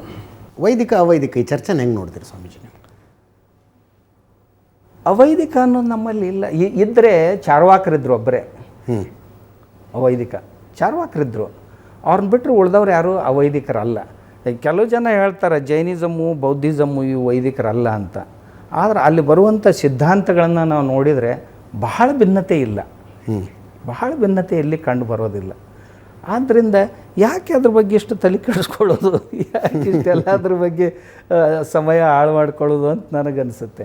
ಈ ಭಾರತೀಯ ಜೀವನ ಪದ್ಧತಿ ಏನಿದೆಯಲ್ಲ ತುಂಬ ಚೆನ್ನಾಗಿದೆ. ನಮ್ಮ ಋಷಿಮುನಿಗಳು ಅರಣ್ಯದ ಮಧ್ಯಭಾಗದಲ್ಲಿ ಕುತ್ಕೊಂಡು ಜನ್ಮಾರಂಭದಿಂದ ಅಂತ್ಯೇಷ್ಟಿಯವರೆಗೆ ಸುಖವಾಗಿ ಬದುಕೋದಕ್ಕೆ ಏನು ಬೇಕು, ಷೋಡಶ ಸಂಸ್ಕಾರಗಳು, ಚೈತ್ರದಿಂದ ಪಾಲ್ಗೊಳ್ಳೋದವರೆಗೆ ಬೇಕಾಗುವಂಥ ಹಬ್ಬಗಳು. ಇವೊಬ್ಬ ಸಂಘಜೀವಿ ಮನುಷ್ಯ, ಏಕಾಂಗಿ ಜೀವಿ ಅಲ್ಲ, ಇವೊಬ್ಬ ಸಂಘಜೀವಿ. ಸಂಘಜೀವಿಯಾಗಿ ಬದುಕೋದಕ್ಕೆ ಏನೇನು ಬೇಕು ಎಲ್ಲ ವ್ಯವಸ್ಥೆಗಳನ್ನು ತುಂಬ ಚೆನ್ನಾಗಿ ಮಾಡಿದ್ದಾರೆ. ಅದನ್ನು ನಾವು ಸರಿಯಾಗಿ ಅರ್ಥ ಮಾಡ್ಕೋಬೇಕು. ನಾವು ನಮ್ಮ ತಲೆಗೆ ಬಂದಂಗೆ ಅರ್ಥ ಮಾಡ್ಕೊಂಡು ಅದು ಇಂಟರ್ಪ್ರಿಟೇಷನ್ ಮಾಡ್ಕೊಂಡು ಏನೋ ಮಾಡ್ಕೊತ ಹೋಗ್ತಿದ್ದೀವಿ. ಇದರ ಅರ್ಥ ನನಗೂ ಅದೇ ಮಾತು ಅಪ್ಲೈ ಆಗ್ಬೋದು, ಇಲ್ಲ ಅಂತ ಹೇಳೋದಿಲ್ಲ ನಾನು. ಆದರೆ ಅದಕ್ಕಾಗಿ ಯಾಕೆ ಬಡ್ದಾಟ ಮಾಡಿ? ಆ ಋಷಿಮುನಿಗಳು ತೋರಿಸಿದ ಮಾರ್ಗಕ್ಕೂ ವಚನಕಾರರು ಶರಣರು ತೋರಿಸಿದ ಮಾರ್ಗಕ್ಕೆ ಏನು ವ್ಯತ್ಯಾಸ? ಏನು ವ್ಯತ್ಯಾಸ ಏನು ವ್ಯತ್ಯಾಸ ಸರ್? ಸೊ ಅವ್ರ ಮಾತಲ್ಲೇ ಹೇಳ್ಬಿಟ್ಟಿದ್ದಾರೆ, ಸಕಲ ವೇದಶಾಸ್ತ್ರಗಳೆಂಬ ನೇಣ ಕಟ್ಟಿ ಹಿಡಿದು ತೂಗಿ ಜೋಗುಳವಾಡುತ್ತಿದ್ದಾಳೆ ಭ್ರಾಂತಿ ಎಂಬ ತಾಯಿ ಅಂತ ತುಂಬಾ ಅಷ್ಟು ಕಠೋರವಾಗಿ ಅಲ್ಲಮ ಪ್ರಭುಗಳು. ನಾನೇನು ಹೇಳ್ತಾ ಇದ್ದೇನೆ, ನಾವು ಯಾವುದೇ ಒಂದು ಪ್ರಾಸಂಗಿಕ ಮಾತನ್ನ ಎತ್ಕೊಂಡು ಪ್ರಾಸಂಗಿಕ ಹೆಂಗಾಗುತ್ತೆ? ಪ್ರಾಸಂಗಿಕ ಮಾತುಗಳಿವೆ. ಉಚ್ಚಿ ಕೊಡೆಯಲ್ಲೇ ಚಂಡಾಲಗಿತ್ತಿ ಅಂತ ಬಸವಣ್ಣವ್ರು ಬೈದರು ಹೆಂಡ್ತಿಗೆ. ಹಾಗಾದ್ರೆ ಬಸವಣ್ಣವರು ತುಂಬ ಬೈಬಡಕ್ರಂತ ಅನ್ಕೊಳ್ಳಿಕ್ಕಾಗತ್ತಾ? ಆ ಪ್ರಸಂಗ ಏನು? ರಾತ್ರಿ ಕಳ್ಳ ಮನೆಗೆ ಬಂದಿದ್ದಾನೆ, ಅವಾಗ ಸಿಟ್ಟಿನಲ್ಲಿ ಒಂದು ಮಾತನ್ನು ತನ್ನ ಹೆಂಡತಿಗೆ ಅಂದಿರ್ಬೋದು. ಆ ಮಾತನ್ನು ಇಟ್ಕೊಂಡು ಬಸವಣ್ಣವರು ತುಂಬ ಹೆಂಡತಿಗೆ ಬೈದಂಥವ್ರು ಹಾಗೆ ಹೀಗೆ ಅಂತ ಸಿದ್ಧಾಂತ ಕಟ್ಟಲಿಕ್ಕಾಗತ್ತೆ? ಬಿಟ್ಬಿಡ್ರಿ. ವಚನಗಳು ಕೂಡ ವಿಮರ್ಶೆಗೆ ಅರ್ಹವೇ ಸರ್. ವಚನಗಳನ್ನು ಕೂಡ ವಿಮರ್ಶೆ ಮಾಡಬೇಕು. ಅದನ್ನ ಮಾಡ್ರಿ. ನಿಮಗೆ ಏನೋ ಬರೆದಿಟ್ಟಿದ್ದಾರೆ, ಆದ್ದರಿಂದ ನಾವು ಇದೇ ಮಾರ್ಗದಲ್ಲಿ ಹೋಗಬೇಕು ಅನ್ನೋದು ಅದು ವೇದಕ್ಕಾಗಲಿ ಉಪನಿಷತ್ಗಾಗಲಿ ಯಾವುದಕ್ಕೆ ಅಪ್ಲೈ ಆಗಬಾರ್ದು. ಈಗ ಎಲ್ಲವೂ ಆಮೇಲೆ ಏನಾಗಿದೆ, ಇದರಲ್ಲಿ ಕಮ್ಯುನಿಸ್ಟರು ಸೇರಿದ್ದಾರೆ. ಈ ಬಸವ ತಾಲಿಬಾನಿಗಳ ಜೊತೆ ಕಮ್ಯುನಿಸ್ಟರು ಸೇರಿದ್ದಾರೆ. ನಮ್ಮಲ್ಲಿ ಇದೊಂದು ಹೊಸ ಶಬ್ದ ತಮಗೆ. ಹೌದು, ಬಸವಣ್ಣವ್ರ ತತ್ವವನ್ನು ಹೇಳುವಂಥವ್ರು ನಾವು ಇದ್ದೀವಿ, ಬದುಕುವಂಥವ್ರು ನಾವು ಇದ್ದೀವಿ. ನಾವು ಬಸವಣ್ಣವ್ರ ತತ್ವಗಳನ್ನೇ ಹೇಳುವವರು, ಅದನ್ನೇ ಬದುಕುವವರು. ಕಾಯಕ, ಪೂಜೆ, ದಾಸೋಹ, ಆಮೇಲೆ ಉಳಿದ ಎಲ್ಲ ಪಂಚಾಚಾರಗಳಾಗಿರಲಿ, ಇವನ್ನೆಲ್ಲ ಪಾಲಿಸ್ಕೊಂಡು ಹೋಗುವಂಥವ್ರು ಸಾಕಷ್ಟು ಜನ ಇದ್ದಾರೆ. ಈಗೇನಾಗಿದೆ, ರೆಡಿಕಲೈಜೇಷನ್ ಮಾಡುವಂಥವ್ರು ಕೆಲವು ಜನರು ಬಂದರು. ಅದರಲ್ಲಿ ಈ ಬಸವ ತಾಲಿಬಾನಿಗಳಂತ ಕೆಲವು ಜನ ಬಂದಿದ್ದಾರೆ. ಇವರು ಅದು ಸ್ವತಂತ್ರ ಧರ್ಮನೇ ಇತ್ತು, ಬಸವಣ್ಣವರು ಹಾಗೆ ಹೇಳಿದ್ದಾರೆ, ಹೀಗೆ ಹೇಳಿದ್ದಾರೆ, ಅದು ಮಾಡಿದ್ದಾರೆ, ಇದು ಮಾಡಿ ಏನೂ ಹೇಳಿಲ್ಲ. ಬಸವಣ್ಣವ್ರು ಜನವಾರ ಕಿತ್ತು ಹಾಕಿ ಹೋದ್ಮೇಲೆ ಮತ್ತಿನ್ನೇನು ಅದು ವೈದಿಕರ ಜೊತೆಗೆ ಸಂಬಂಧ ಅಂತ ಹಂಗೆ ಅಲ್ವಾ ಸರ್? ಹಾಗೆ ಸರಿ ಸರಿ ನೋಡಿ ಅವ್ರು ಹೇಳ್ತಾರೆ ಒಂದು ಪ್ರಸಂಗ ಬಂದಿರಬೇಕಷ್ಟೇ. ಇಲ್ಲ, ಆಮೇಲೆ ಒಬ್ಬ ಮನುಷ್ಯ ಪ್ರತಿ ದಿವಸ ಬದಲಾವಣೆ ಆಗ್ತಾ ಇರ್ತಾನೆ. ಬೆಳಗಿದ್ದಂಥ ವಿಚಾರ ಸಾಯಂಕಾಲ ಇರೋದಿಲ್ಲ, ಸಾಯಂಕಾಲದ ವಿಚಾರ ನಾಳೆಗೆ ಇರೋದಿಲ್ಲ, ಬದಲಾಗ್ತಾ ಇರ್ತಾನೆ. ಅದನ್ನು ಭಾಳ ಹಿಡ್ಕೊಂಡು ಹೋಗಬಾರ್ದು. ಒಟ್ಟು ಬಸವಣ್ಣವರು ಒಬ್ಬರು ದಾರ್ಶನಿಕರು, ಒಬ್ಬ ದಾರ್ಶನಿಕರು. ಅವರ ವಚನ ಸಾಹಿತ್ಯದಲ್ಲಿ ಅವ್ರು ಎಲ್ಲಿಯೂ ಹೇಳ್ಕೊಂಡಿಲ್ಲ ನಾನೊಂದು ಧರ್ಮ ಕಟ್ತೀನಿ ಅಂತ. ಅವರ ವಚನದಲ್ಲಿ ಎಲ್ಲಿಯೂ ಸಹಿತ ನಾನು ಇದೊಂದು ಧರ್ಮ ಕಟ್ತೀನಿ ಅಂತ ಹೇಳ್ಕೊಂಡಿಲ್ಲ. ನಾವು ಯಾಕೆ ಅದನ್ನು ಜೋತಾಡೋದು, ಅದನ್ನ ಜಗ್ಗಾಡೋದು ಯಾಕೆ? ಏನು ಕೆಲಸ ಇದೆ? ಆಮೇಲೆ ಎಲ್ಲಿ ಒಂದು ವಚನಗಳಲ್ಲಿಯೂ ಸಹಿತ ಕುಂಕುಮ ಹಚ್ಕೋಬಾರ್ದು, ಬರೀ ಭಸ್ಮನ ಹಚ್ಕೋಬೇಕಂತ ಎಲ್ಲಿ ಹೇಳಿಲ್ಲ. ನೊಸಲಿಗೆ ವಿಭೂತಿ ಶೃಂಗಾರ ಅಂತ ಹೇಳಿದರೆ ಕುಂಕುಮ ಶೃಂಗಾರ ಅಂತ ಹೇಳಿದ್ರು. ಆದರೆ ಕುಂಕುಮ ಶೃಂಗಾರ ಅಂತ ಹೇಳಬೇಕು ಅಂತ ಇಲ್ಲ, ಅಥವಾ ಕುಂಕುಮ ಸರಿಯಲ್ಲ ಅಂತ ಹೇಳಿದಂಥ ವಚನ ಹೇಳಿ ಒಂದು ವಚನ ಹೇಳಿ. ಇಲ್ಲ, ಶೃಂಗಾರ ಅಷ್ಟೇ ಕೇಳ್ತಾ ಇದ್ದೀವಿ. ಅದೇ ಶೃಂಗಾರ ತೊಗೊಂಡು ಏನು ಮಾಡೋದು? ಪೌಡರ್ ಹಚ್ಕೊಂಡ್ರು ಶೃಂಗಾರ ಕಾಣುತ್ತೆ. ಶರಣರು ಹೇಳಿದ ಶೃಂಗಾರ, ಶರಣರು ಹೇಳಿದ ಶೃಂಗಾರ. ಶರಣರು ಕುಂಕುಮ ಹಚ್ಕೊಳ್ಳೋದು ಸರಿಯಲ್ಲ ಅಂತ ಎಲ್ಲರೂ ಒಂದು ವಚನದಲ್ಲಿ ಹೇಳಿದ್ರೆ ಹೇಳಬೇಕು. ಹುಚ್ಚನಾಯಿ ಹಾಗೆ ಹಾಗೆ ಬೊಗಳ್ತಾವಾದರೆ ಹೇಗೆ?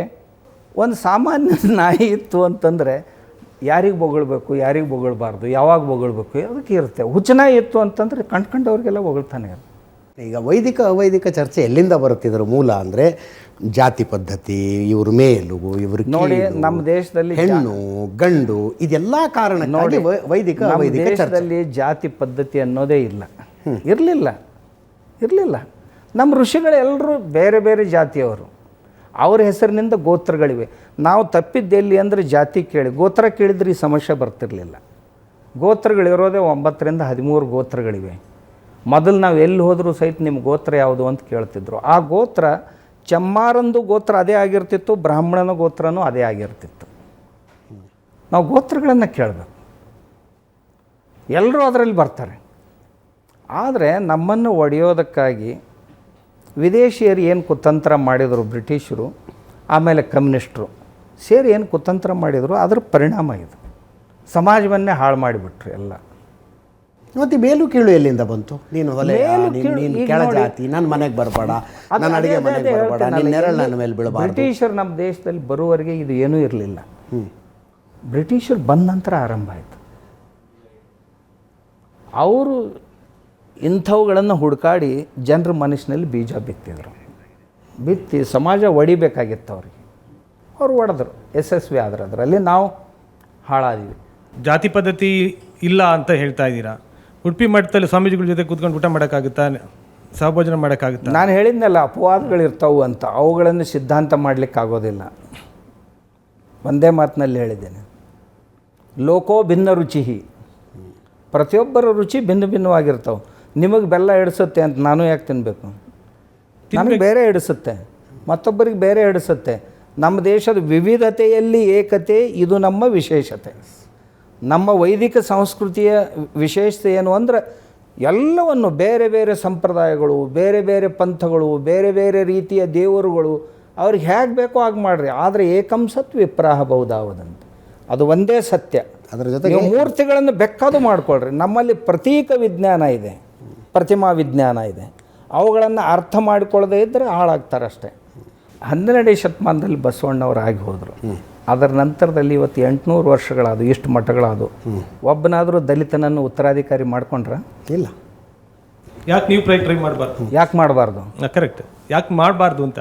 ಯಾಕೆ ಮಾಡಬಾರ್ದು? ಬೇರೆ ಜಾತಿ ಕೆಳಜಾತಿಯವ್ರನ್ನ ಯಾರನ್ನಾದರೂ ಮಾಡಿದರೆ ಯಾರೂ ಮಾಡಲಿಲ್ಲ. ಹಾಗಾದರೆ ಹೆಣ್ಮಕ್ಳನ್ನ ಏನಾದರೂ ಬಸವಣ್ಣನ ತತ್ವ ಬಾಯಿಂದ ತುಂಬ ಚೆನ್ನಾಗಿ ಹೇಳ್ತೀರಿ.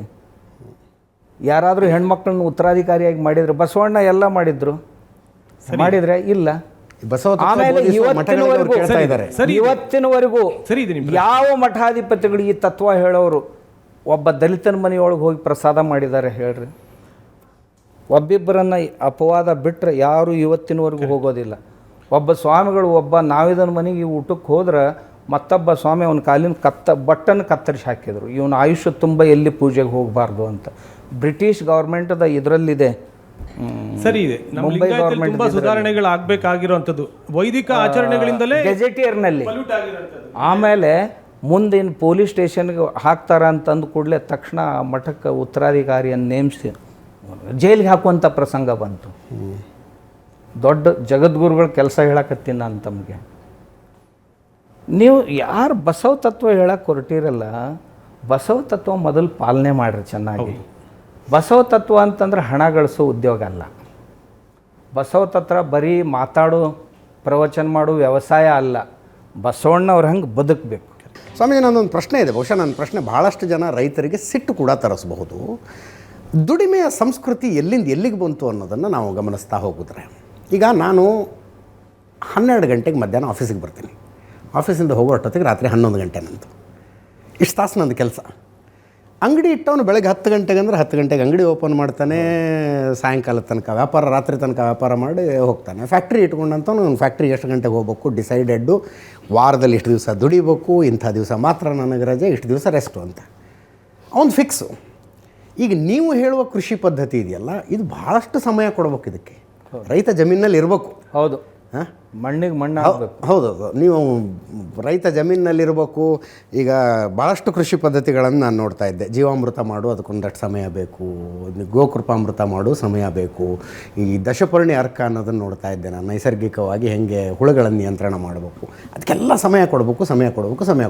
ಅಷ್ಟು ಸಮಯ ರೈತ ತನ್ನ ಜಮೀನಿನಲ್ಲಿ ಇವತ್ತು ಕಳೀತಾ ಇದ್ದಾನೆ. ಪ್ರಾಮಾಣಿಕವಾಗಿ ಮಾತಾಡೋಣ ನಾವು. ಸರಿ, ಈಗ ಯಾವ್ದಾದ್ರು ರಾಜಕಾರಣಿ, ನಮ್ಮ ಹಳ್ಳಿ ಕಡೆ ರಾಜಕಾರಣಿಗಳು ಬರ್ತಿರ್ತಾರಲ್ಲ, ಅವ್ರು ಹಿಂದ್ಗಡೆ ಇರೋರು ನಾನು ಕೇಳ್ತೀನಿ, ನೀವೇನು ಮಾಡ್ತೀರಿ? ಎಲ್ಲರೂ ಕೃಷಿನೇ ಮಾಡ್ತಿರ್ತಾರೆ. ಮತ್ತು ಎಲ್ಲ ಬಿಟ್ಟು ಇವನ ಜೊತೆಗೆ ಯಾಕೆ ಓಡಾಡ್ತಿದ್ದೀರಿ ನೀವು ರಾಜಕಾರಣಿ ಜೊತೆಗೆ? ಅಂದರೆ ರಾಜಕೀಯ ರೀ ಅಂತಾರೆ ಅವರು. ಅವು 10-20 ಎಕರೆ ಜಮೀನು ಇರುತ್ತೆ ಅವ್ರಿಗೂ. ಕೆಲಸ ಏನು ಮಾಡ್ತಾರಪ್ಪ ಅಂತಂದ್ರೆ ರಾಜಕಾರಣಿಯಿಂದ ಓಡಾಡ್ತಿರ್ತಾರೆ. ಎಲೆಕ್ಷನ್ ಬಂದರೆ ಎಲೆಕ್ಷನ್ ರಾಜಕಾರಣಿಗಳಿಂದ ನಮ್ಮ ರೈತರೇ ಓಡಾಡೋದು. ಕೃಷಿ ಈಗ ನಾವು ನೌಕರಸ್ಥರು ಹೆಂಗೆ ಮಿನಿಮಮ್ 9 ತಾಸು ಕೆಲಸ ಮಾಡ್ಬೇಕು ಸರ್. ನಮ್ಮಲ್ಲಿ ಅಂಗಡಿ ಇಟ್ಕೊಂಡು ನಾವು ಮಿನಿಮಮ್ 12 ತಾಸು ಅಂಗಡಿಲಿ ಕೂತ್ಕೊಂಡಿರ್ಬೇಕು, ಅವ್ನು ವ್ಯಾಪಾರ ಮಾಡಬೇಕು. ಹೌದು. ಹಂಗೆ ರೈತನಿಗೆ ಇಷ್ಟು ತಾಸು ನೀನು ಅವ್ನ ಜಮೀನಲ್ಲಿದ್ದರೆ ಆ ರಿಸಲ್ಟ್ ಬರೋಕ್ಕೆ ಸಾಧ್ಯ. ನೀವು ಕೃಷಿ ನಾ ಬಿತ್ತಿ ಬಂದುಬಿಟ್ಟೆ, ಆಮೇಲೆ ಎಡೆ ಕುಂಟಿ ಹೊಡಕ್ಕೆ ಹೋಗ್ತೀನಿ, ಆಮೇಲೆ ನಾವು ಒಕ್ಕಲ್ದು ಇದನ್ನು ಮಾಡೋಕೆ ಹೋಗ್ತೀನಿ ಅಂತಂದರೆ ರಿಸಲ್ಟ್ ಹೆಂಗೆ ಬರೋಕ್ಕೆ ಸಾಧ್ಯ ಅಂತ. ಅದೇ ಅವನಿಗೆ ತನ್ನ ಕರ್ತವ್ಯದ ಬಗ್ಗೆ ಅರಿವಿಲ್ಲ ಒಂದು. ಎರಡನೇದು, ಕೆಲವೊಂದು ಸೌಕರ್ಯಗಳನ್ನು ಅವನ ಕೈಯಲ್ಲಿ ಕೊಡುವಾಗ ಅದನ್ನು ಯಾವಾಗ ಬಳಸಬೇಕು, ಹೇಗೆ ಬಳಸಬೇಕು, ಎಷ್ಟು ಬಳಸಬೇಕು ಅನ್ನೋದರ ಜ್ಞಾನವನ್ನು ಕೊಡದೆ ವೆಪನ್ ಅವನ ಕೈಯಲ್ಲಿ ಕೊಟ್ಬಿಟ್ಟಿವಿ. ಎರಡನೇದು. ಓಕೆ. ಮೂರನೇದ್ದು, ಅವನು ಅಂಟಿಕೊಂಡಂಥ ಈ ಕೆಲವೊಂದು ಚಟಗಳು 5 ವರ್ಷದಲ್ಲಿ ಸುಮಾರು ಒಂದು 4-5 ಇಲೆಕ್ಷನ್ಗಳು ಬರ್ತಾವೆ. ಹೌದು. ಒಂದು ಇಲೆಕ್ಷನ್ಗೆ ಕನಿಷ್ಠ 2 ತಿಂಗಳು ಕನಿಷ್ಠ ಬೇಕಾಗುತ್ತೆ. ಮೊದಲು 1 ತಿಂಗಳು ಕ್ಯಾಂಡಿಡೇಟ್ ಸಿಲೆಕ್ಷನ್ದಲ್ಲಿ ಹೋಗುತ್ತೆ, 1 ತಿಂಗಳು ಇಲೆಕ್ಷನ್ನಲ್ಲಿ ಹೋಗುತ್ತೆ. ಆ ನಂತರ ಯಾರು ಬಿದ್ದು ಎದ್ದವರು ಚರ್ಚೆ ಮಾಡೋದಕ್ಕೆ 1 ತಿಂಗಳು ಹೋಗುತ್ತೆ. ಈಗ 5 ವರ್ಷದಲ್ಲಿ 5-3-15 ತಿಂಗಳು ಇದರಲ್ಲೇ ಹೋಗುತ್ತೆ. ಆಮೇಲೆ ಮನೆಯಲ್ಲಿ ಮೊದಲು ಕೂಡ್ತಿದ್ದ, ಪರಿವಾರದಲ್ಲಿ ಸಂವಾದ ಆಗ್ತಿತ್ತು, ಏನು ಮಾಡಬೇಕು, ಏನು ಮಾಡಬಾರ್ದು, ಏನಾಗಿದೆ ಹೋಗಿದೆ ಅಂತ. ಇವತ್ತಿನ ದಿವಸ ಪರಿವಾರದಲ್ಲಿ ಸಂವಾದನೇ ಇಲ್ಲ. ಊಟಕ್ಕೆ ಹೋಗ್ತಾ ಇದ್ದಾರೆ ಮನೆಗಷ್ಟೇ. ಮನೆಯವರು ಸುಖ ದುಃಖಗಳನ್ನು ಹೇಳೋದಕ್ಕೆ ಯಾಕಂತಂದರೆ ಅವರು ಬೇರೆ ಬೇರೆ ಮಾಧ್ಯಮಗಳಲ್ಲಿ ತಮ್ಮನ್ನು ತೊಡಗಿಸ್ಕೊಂಡು ಬಿಟ್ಟಿದ್ದಾರೆ. ಇವನು ತೊಡಗಿಸ್ಕೊಂಡಿದ್ದಾನೆ. ಇದು ಅಲ್ಲದೆ ಅವನಿಗೆ ಚಟಗಳು ಬೇರೆ. ಸ್ವಲ್ಪ ಇತ್ತೀಚೆಗೆ ಚಟಗಳು ಹೆಚ್ಚಾಗಿವೆ. ಹೆಚ್ಚು ಸಮಯವನ್ನು ಕೃಷಿಗೆ ಕೊಡಬೇಕಾಗಿತ್ತು. ಅದಕ್ಕಿಂತಲೂ ಹೆಚ್ಚು ಸಮಯವನ್ನು ಬೆಳಿಗ್ಗೆ ಕನಿಷ್ಠ 2-3 ಗಂಟೆ ಊರಲ್ಲಿ ಬಸ್ ಸ್ಟ್ಯಾಂಡು ಅಥವಾ ಒಂದು ಕಟ್ಟೆಗಳಂತಿರ್ತಾವೆ, ಅಲ್ಲಿರ್ತಾನೆ ಅವನು. ಆಮೇಲೆ ಸಾಯಂಕಾಲ ಕನಿಷ್ಠ 3 ಗಂಟೆ ಅಲ್ಲಿರ್ತಾನೆ, 6 ಗಂಟೆ ಇರ್ತಾನೆ ಅಲ್ಲಿ. ಮನೆಯವ್ರು ಹೋಗಿ ಕರ್ಕೊಂಡು ಬರುತ್ತಾನೂ ಊಟಕ್ಕೆ ಬರೋದಿಲ್ಲ.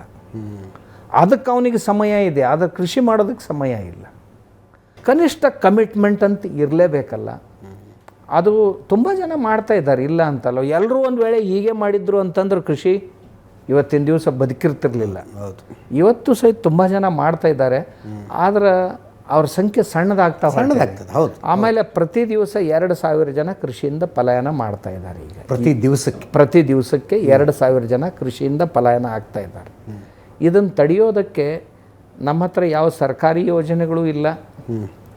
ಆಮೇಲೆ ರೈತರು ತಾವೇ ತಮ್ಮದೇ ಆದಂಥ ಸಂಘಟನೆಯನ್ನು ಕಟ್ಕೊಂಡು ಇವರನ್ನು ನಿಲ್ಲಿಸಬೇಕು, ಮಾಡಬೇಕು ಅನ್ನೋದು ಇಲ್ಲ. ಈ ವಿಷಯದಲ್ಲಿ ನಂದು ಭಿನ್ನಾಭಿಪ್ರಾಯ ಇದೆ. ಏನು ತಪ್ಪು? ನಾನು ಹೇಳೋದು ಕೃಷಿ ಮೇಲಿನ ಡಿಪೆಂಡೆನ್ಸಿ ಕಡಿಮೆ ಆಗಬೇಕು ಅನ್ನೋದೇ ನನ್ನ ಮಾತು ಕೂಡ. ಈಗ 10 ಎಕರೆ ಜಮೀನಲ್ಲಿ 5 ಜನ ರೈತರು ಇರೋದಕ್ಕಿಂತ ಇನ್ನು 4 ಜನ ಬೇರೆ ಏನಾದ್ರು ಹುಡುಕೊಂಡು ಒಬ್ಬ ರೈತ 10 ಎಕರೆ ಮಾಡೋ ಹಂಗಾದ್ರೆ ಒಂದು ಲಾಭದಾಯಕ. ಸರಿ, ನಾನು ಹೇಳ್ತೇನೆ, ನಮ್ಮ ದೇಶದಲ್ಲಿ 3.5% ಸರ್ಕಾರಿ ನೌಕರಿಗಳು, ಒಟ್ಟು ಜನಸಂಖ್ಯೆ 3.5%, 3.7% ಸಾರ್ವಜನಿಕ ನೌಕರಿಗಳು, ಎಲ್ಲ ಬಂತು, ಪ್ರೈವೇಟ್ ಅದು ಎಲ್ಲ ಬಂತು ಅದರೊಳಗೆ. ಅಂದ್ರೆ ಒಟ್ಟೆ 7.5% ಸ್ವಲ್ಪ. ಹೌದು. ಉಳಿದವ್ರಿಗೆ ವ್ಯವಸಾಯ ಕೊಡೋರು ಯಾರು? ಇಲ್ವೇ ಇಲ್ಲ, ಬೇರೆ ಏನೂ ಇಲ್ಲವೇ ಇಲ್ಲ ನಮ್ಮ ದೇಶದಲ್ಲಿ. ಇಲ್ಲಿ ಕಳಿಸೋರು ಎಲ್ಲಿ ಅವ್ರನ್ನ?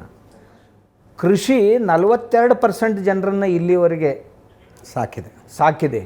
ಆಮೇಲೆ ನಾವು ಒಂದು ವೇಳೆ ನಮ್ಮ ಕೃಷಿ ಪದಾರ್ಥಗಳನ್ನು ನೇರವಾಗಿ ಮಾರಾಟ ಮಾಡದೆ ಅವುಗಳನ್ನು ಪ್ರೊಸೆಸ್ಸಿಂಗ್ ಮಾಡಿದೀವಿ ಅಂದ್ರೆ, ನಮ್ಮ ಮನೆಯಲ್ಲೇ ನಾವು ಅದರಲ್ಲಿ ತೊಡ್ಕೊಂಡಿವಿ ಅಂದ್ರೆ ನಮಗೆ ಹಣನೂ ಹೆಚ್ಚು ಸಿಗುತ್ತೆ. ಹೌದು. ನಾನೀಗ ಒಂದು 100 ಗ್ರಾಮ್ಗಳನ್ನು ದತ್ತಕ್ಕೆ ಪಡೆಯೋ ಎಲ್ಲ ಪ್ಲ್ಯಾನ್ ಮಾಡ್ಕೊಂಡಿದ್ದೀನಿ, ಸರ್ವೆ ಮಾಡಿದ್ದೀನಿ 10 ಗ್ರಾಮಗಳಲ್ಲಿ. ಅಂದ್ರೆ ಒಂದು ಮನೆಗೆ ಬೆಳಗಿಂದ ರಾತ್ರಿಯವರೆಗೆ, ಚೈತ್ರದಿಂದ ಫಾಲ್ಗುಣದವರೆಗೆ ಏನು ಸಾಮಾನುಗಳು ಬೇಕಾಗ್ತವೆ ಅಂದ್ರೆ ಸುಮಾರು ಒಂದು 300 ಸಾಮಾನುಗಳು ಅವನಿಗೆ ಬೇಕಾಗ್ತವೆ. ಆ 300 ಸಾಮಾನುಗಳು ಎಷ್ಟು ಕ್ವಾಂಟಿಟಿಯಲ್ಲಿ ಬೇಕಾಗ್ತವೆ ಅನ್ನೋದನ್ನು ಸರ್ವೆ ಮಾಡಿಸಿದ್ದೀನಿ ನಾನು. ಮಾಡಿಸಿ ಈ ಊರಿನಲ್ಲಿರುವಂಥ ಅಂಗಡಿಗಳಲ್ಲಿ ಮಾರಾಟ ಎಷ್ಟಾಗುತ್ತೆ, ಯಾವ ವಸ್ತುಗಳದು ಅದನ್ನು ಸರ್ವೆ ಮಾಡಿಸಿ. ಹಾಗಾದರೆ ಈ ಊರಿನ ಒಟ್ಟು ರಿಕ್ವೈರ್ಮೆಂಟ್ ಎಷ್ಟು, ಹಾಗಾದರೆ ಈ ಊರಿಗೆ ಬೇಕಾದಂಥ ಸಾಮಾನುಗಳನ್ನು ಇದೇ ಊರಲ್ಲಿ ಯಾಕೆ ಪ್ರೊಡಕ್ಷನ್? ನಾನು ಈಗ ನೋಡಿದ್ರಲ್ಲಿ 2% ಆ ಊರಿಗೆ ಬೇಕಾಗುವ ಪದಾರ್ಥಗಳು ಆ ಊರಲ್ಲಿ ತಯಾರಾಗ್ತಾ ಆಗ್ತಿಲ್ಲ. ಹೌದು, ದಂತ ಮಂಜನ ಹಿಡ್ಕೊಂಡು ಹೌದು ರಾತ್ರಿ ಮಲಗುವವರೆಗೆ ಬೇಕಾದಂಥ ವಸ್ತುಗಳಲ್ಲಿ 2% ಆ ಊರಲ್ಲಿ ತಯಾರಾಗ್ತಾ ಇಲ್ಲ, ಎಲ್ಲ ಹೊರಗಿಂದನೇ ಬರೋದು. ಇವನು ಬೆಳೆಯೋದು ಯಾವುದಾದ್ರೂ 1 ಅಥವಾ 2 ಬೆಳೆಗಳನ್ನು. ನಾವು ಇವುಗಳನ್ನು ನಮ್ಮೂರಲ್ಲೇ ಅಂದರೆ ಟ್ರಾನ್ಸ್ಪೋರ್ಟೇಷನ್ನು, ಟ್ಯಾಕ್ಸು, ಆಮೇಲೆ ಈ ಸಿಕ್ಕಾಪಟ್ಟೆ ಉಳಿದೇನು ಖರ್ಚಿದೆ, ಕಮಿಷನ್ಸು, ಈಗ ರಿಟೇಲರು, ಹೋಲ್ಸೇಲರು, ಸ್ಟಾಕಿಸ್ಟು ಇವ್ರದ್ದೆಲ್ಲ ಕಮಿಷನ್ನು, ಇದೆಲ್ಲ ಉಳಿಯುತ್ತಲ್ಲ ನಾವು ಇಲ್ಲೇ ಮಾಡಿದರೆ. ಅದಕ್ಕೆ ಈ 100 ಊರುಗಳದೇ ಒಂದು ದೇಶ ಅಂತ ಇಟ್ಕೊಂಡು ಪ್ಲ್ಯಾನ್ ಮಾಡಿಕೊಂಡು ಈ 100 ಊರುಗಳನ್ನು ಹೇಗೆ ಸ್ವಾವಲಂಬಿ ಮಾಡೋದು. 100% ಗೊಬ್ಬರ, LPG ಫ್ರೀ ವಿಲೇಜ್, ಆಮೇಲೆ ಎಲೆಕ್ಟ್ರಿಸಿಟಿ ಫ್ರೀ ವಿಲೇಜ್, ಎಲ್ಲ ಸೋಲಾರ್ 100%, ಕ್ವಾರಲ್ ಫ್ರೀ ವಿಲೇಜು. ಜಗಳ ಆಗಂಗಿಲ್ಲ, ಜಗಳನೇ ಆಗಬಾರ್ದು. ಕೆಲಸ ಕಡಿಮೆ ಇದ್ದರೆ ಆ ಊರಲ್ಲಿ ಜಗಳ ಹೆಚ್ಚಿರ್ತಾವೆ. ಹೌದು. ಯಾವ ಊರಲ್ಲಿ ತುಂಬ ಚೆನ್ನಾಗಿ ಮೈ ಮುರಿದು ಕೆಲಸ ಮಾಡ್ತಾರಲ್ಲ ಆ ಊರಲ್ಲಿ ಜಗಳಗಳೇ ಮಲ್ಕೊಂಡ್ಬಿಡ್ತಾರೆ ರಾತ್ರಿ. ಈ ರೀತಿ ನಾನೀಗೊಂದು ಪ್ಲ್ಯಾನ್ ಮಾಡಿ ಅಲ್ಲಿ ಆಮೇಲೆ ಈ ಊರಿಗೆ ಬೇಕಾಗುವಷ್ಟು ಹಾಲೆಷ್ಟು, ಕಾಳೆಷ್ಟು, ಬೇಳೆ ಎಷ್ಟು ಎಲ್ಲವೂ ಮಾಡಿದ್ದೀವಿ. ಹಾಗಾದರೆ ಅದಕ್ಕೆ ಬೇಕಾಗುವ ಭೂಮಿ ಎಷ್ಟು ನಾವು ರೈತರಿಗೆ ಹೇಳ್ತೀವಿ, ನೀ ಇದನ್ನು ಬೆಳೆದೆ ಅಂದ್ರೆ ನಿನಗೆ ಎಷ್ಟು ಹಣ ಬೇಕಾಗ ಅಷ್ಟು ಹಣ ಕೊಡ್ತೀವಿ ನಾವು ಅದಕ್ಕೆ. ನೀನು ಬೇಳೆಕಾಳು ಬೆಳೆ, ನೀನು ಮಸಾಲೆ ಬೆಳೆ, ನೀನು ಕೇಳು, ಮಾರ್ಕೆಟ್ಗಿಂತಲೂ ಚೆನ್ನಾಗಿ ರೇಟ್ ನೀನು ತಗೋ. ಆದರೆ ಊರು ಬಿಟ್ಟು ಹೊರಗೆ ಹೋಗಬೇಡ, ಊರಲ್ಲೇ ಇರಬೇಕು. ನಾವು ರೈತರು, ನಮ್ಮ ಯುವಕರು ಈ ರೀತಿ ಪ್ಲ್ಯಾನ್ ಮಾಡಿಕೊಂಡ್ರೆ ಏನು ಕೊರತಿಲ್ಲ. ಆದರೆ ಒಂದು ಕುರಿ ಹೋಗಿದ್ದನ್ನು ನೋಡಿ ಎಲ್ಲ ಕುರಿಗಳೇನು ಹೊರಟವಲ್ಲ, ಇದು ಸರಿಯಲ್ಲ. ಗುರುಗಳ ನಮಸ್ಕಾರ. ನನ್ನ ಹೆಸರು ಉಮಾಶಂಕರ್ ಅಂತ ಒಂದು ಖಾಸಗಿ ಸಂಸ್ಥೆಯಲ್ಲಿ ಕೆಲಸ ಮಾಡ್ತಾಯಿದ್ದೀನಿ. ನನ್ನ ಪ್ರಶ್ನೆ, ಆಗಲೇ ನೀವು ಹರಿಯಾಣ, ಪಂಜಾಬ್ ಬಗ್ಗೆ ಮಾತಾಡಿದ್ರಿ. ದೈಹಿಕ ಆರೋಗ್ಯ ಕೆಟ್ಟಿದೆ, ಅಲ್ಲಿ ಸಾಕಷ್ಟು ಕ್ಯಾನ್ಸರ್ ಹಾಸ್ಪಿಟ್ಲ್ ಅದು ಇದು ಅಂತ.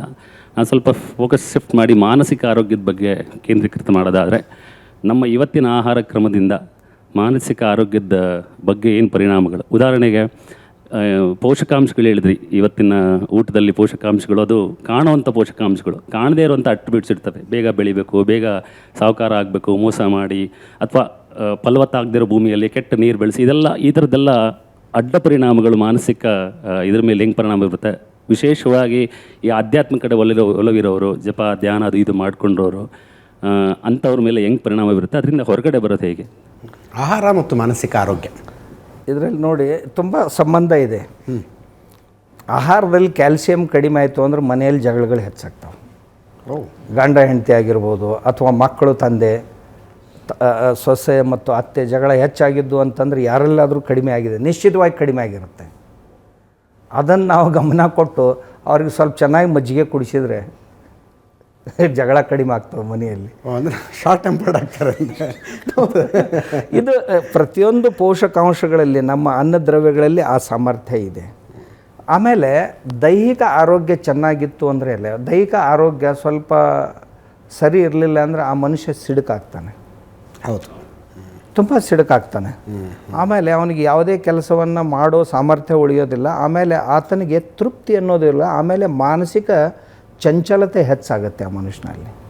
ಇದು ಆಗೋದು ಸ್ವಾಭಾವಿಕ. ಆದ್ದರಿಂದ ಒಳ್ಳೆಯ ಆಹಾರ ಬೇಕು, ಅದು ಮನಸ್ಸನ್ನು ತಿದ್ದುತ್ತೆ. ಒಳ್ಳೆಯ ಮನಸ್ಸಿಗೆ ಸೌಂಡ್ ಮೈಂಡಿನ ಸೌಂಡ್ ಬಾಡಿ ಅಲ್ಲ, ಬಾಡಿ ಸೌಂಡ್ ಆಗಿದ್ದರೆ ತಾನೇ ಅದು ಸೌಂಡ್ ಆಗಿರೋದು. ಅದಕ್ಕೆ ಆಹಾರ ಇದು ಎಲ್ಲದಕ್ಕಿಂತಲೂ ಮುಖ್ಯ ಜೀವನದಲ್ಲಿ.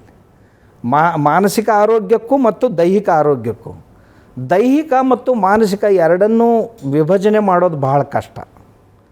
ಮನಸ್ಸು ಏನಾದರೂ ಮನಸ್ಸಿಗೆ ಪೆಟ್ಟು ಬಿದ್ದರೆ ಅದರ ಪರಿಣಾಮ ಶರೀರದ ಮೇಲೆ ಆಗುತ್ತೆ. ನೋಡಿ, ಯಾರಾದರೂ ನಮಗೊಂದು ಕೆಟ್ಟ ಮಾತು ಮಾತಾಡಿದರು ಅಂದರೆ 2 ನಿಮಿಷದಲ್ಲಿ ಮುಖ ಕಪ್ಪಾಗತ್ತೆ. ಅಂದರೆ ಇಲ್ಲಿರುವಂಥ ಎಲ್ಲ ಇವು ಸತ್ತು ಹೋಗ್ತಾವೆ, ಕೋಶಿಕೆಗಳು. ಯಾರಾದರೂ ಹೊಗಳಿದ್ರು ಅಂದರೆ ತುಂಬ ಹೊಳಿಲಿಕ್ಕೆ ಕೆಂಪಾಗುತ್ತೆ. ಅಂದರೆ ಅವಶ್ಯಕತೆಗಿಂತಲೂ ಅಧಿಕ ಉತ್ಪಾದನೆ ಒಳಗೆ ಆರಂಭ ಆಗುತ್ತೆ. ಅಂದರೆ ಅದರ ಪರಿಣಾಮ ಈ ಶರೀರದ ಮೇಲೆ ಕಂಡು ಬಂತು ಅಂತ. ಮಾನಸಿಕವಾಗಿ ಏನಾದರೂ ಆಗಿತ್ತು ಅಂದರೆ ದೈಹಿಕವಾಗಿ ಶಕ್ತಿ ತಾನೇ ಕುಂದುತ್ತೆ. ಆದ್ದರಿಂದ ಇವೆರಡನ್ನೂ ಬೇರ್ಪಡಿಸ್ಲಿಕ್ಕೆ ಆಗೋದಿಲ್ಲ, ಎರಡಕ್ಕೂ ಬೇಕು. ಅದನ್ನು ಅತಿ ಹೆಚ್ಚು ಅಂತಂದ್ರೆ ಸಾತ್ವಿಕ ಆಹಾರದಿಂದನೇ ತುಂಬಬೇಕು. ಇನ್ನು ಕೆಲವೊಂದು ಅಸಾತ್ವಿಕ ಆಹಾರಗಳನ್ನು ಬಳಸೋದ್ರಿಂದ ಅದರ ತೊಂದರೆಗಳನ್ನು ಶರೀರದಲ್ಲಿ ಮನಸ್ಸಿನಲ್ಲಿ ಎರಡರಲ್ಲೂ ಕಾಣ್ತೀವಿ. ಸ್ವಾಮಿ ನಮಸ್ಕಾರ. ನನ್ನ ಹೆಸರು ಅತ್ತಹಳ್ಳಿ ದೇವರಾಜ್. ನಾನು ಮೈಸೂರು ಜಿಲ್ಲೆ ಟಿ ನರಸೀಪುರ ತಾಲೂಕು. ಮತ್ತು ಮರಳಿಗೂಡಿಗೆ ಅನ್ನುವಂಥ ವಿಚಾರದಲ್ಲಿ ನಾನು ತಮ್ಮ ಆಶ್ರಮದಲ್ಲಿ ನೋಡಿದಾಗ ಏನು ಒಂದು ಸಾವಯವ ಕೃಷಿಗಳು ಮತ್ತು ರಸಗೊಬ್ಬರನ ಕಡಿಮೆ ಮಾಡಿ, ಸಂಪೂರ್ಣ ಕಡಿಮೆ ಮಾಡಿ ಸಾವಯವ ಕೃಷಿಗೆ, ನೈಸರ್ಗಿಕ ಕೃಷಿಗೆ ಬರುವಂಥದ್ದು ನಮ್ಮ ರೈತರಿಗೆ ಮಾರ್ಗದರ್ಶನ ಮಾಡಬೇಕು ಅಂತ ತಮ್ಮಲ್ಲಿ ಮನವಿ ಮಾಡ್ತೀನಿ ಸ್ವಾಮಿ. ಎಸ್ ಸ್ವಾಮೀಜಿಗಳೇ, ಒಂದು ಗಂಡ ಹೆಂಡತಿ 2 ಮಕ್ಕಳಿರೋ ಕುಟುಂಬಕ್ಕೆ ಅವರೊಂದು ಸ್ವಲ್ಪ ಸಮಾಧಾನವಾಗಿ ಸೌಕರ್ಯಯುತವಾಗಿ ಇರ್ಬೋದು ಅಂದರೆ ಎಷ್ಟು ಜಮೀನು ಬೇಕು? ಕೃಷಿ ಮೇಲೆ ಡಿಪೆಂಡ್ ಆಗಿರುತ್ತೆ. 1 ಎಕರೆ ಆದರೆ ಸಾಕು. 1 ಎಕರೆ ಅಲ್ಲ? ಹೌದು, 1 ಎಕರೆ ಒಂದು ಕುಟುಂಬ ಜೀವನ. ನಾನು ಒಂದು ಮಾಡೆಲ್ ಮಾಡಿದ್ದೀನಿ ಈಗ. 1 ಎಕರೆಯಲ್ಲಿ 1 ವರ್ಷದಲ್ಲಿ 100 ಬೆಳೆಗಳನ್ನು ಬೆಳಿಬೋದು. 100 ಎಕರೆ? 1 ಎಕರೆಯಲ್ಲಿ. ಓಕೆ. ಅವನ ಮನೆಗೆ 12 ತಿಂಗಳು ಕನಿಷ್ಠ ಪ್ರತಿ ದಿವಸ 10 ಪ್ರಕಾರದ ತರಕಾರಿಗಳನ್ನು ಆತ ಊಟ ಮಾಡ್ಬೋದು. ಎಷ್ಟು ಶ್ರೀಮಂತಿಕೆ ಇನ್ನು ಯಾರಿಗೂ ಸಿಗೋದಿಲ್ಲ. ಆಮೇಲೆ ಅವನ ಬದುವಿನಲ್ಲಿ 1 ಎಕರೆ ಬದುವಿನಲ್ಲಿ ಸುಮಾರು 100 ಚಂದನದ ಗಿಡಗಳು, ಶ್ರೀಗಂಧದ ಗಿಡಗಳನ್ನ ಹಾಕ್ಬೋದು. ಅವು 15 ವರ್ಷದ ನಂತರ ಒಂದು ಗಿಡ 1 ಲಕ್ಷಕ್ಕಿಂತಲೂ ಹೆಚ್ಚು ಹಣ ಕೊಡುತ್ತೆ. ಅದು ನಾವು ಫಿಕ್ಸ್ ಡಿಪಾಸಿಟ್ ಅಂತ ಕರಿತೀವಿ. ಹೌದು, ಅದು ಕಳ್ಳರು ತೊಗೊಂಡು ಹೋಗಲಿಲ್ಲ ಅಂದರೆ. ತೊಗೊಂಡು ಹೋಗದೇ ಇದ್ದರೆ, ಯಾಕಂದ್ರೆ ರೈತರ ಅಲ್ಲೇ ಇರ್ತಾನೆ ತೋಟದಲ್ಲಿ. ಆಮೇಲೆ ಅವನಿಗೆ ಒಂದು ಗೊಬ್ಬರ ಗ್ಯಾಸು, ಆಮೇಲೆ ಒಂದು ಸಣ್ಣ ಕೊಟ್ಟಿಗೆ, 1-2 ಹಸುಗಳು, ಆಮೇಲೆ ಒಂದು ಸೋಲಾರ್ ಲೈಟು. ಇಷ್ಟಾಗಿದ್ರೆ ಅವನಿಗೆ ತಾವು ಆಗಲೇ ಹೇಳಿದಂತೆ 4-6 ವಸ್ತುಗಳನ್ನು ಬಿಟ್ಟರೆ ಏನೂ ಖರೀದಿ ಮಾಡೋ ಅವಶ್ಯಕತೆ ಇಲ್ಲ. ಹೌದು.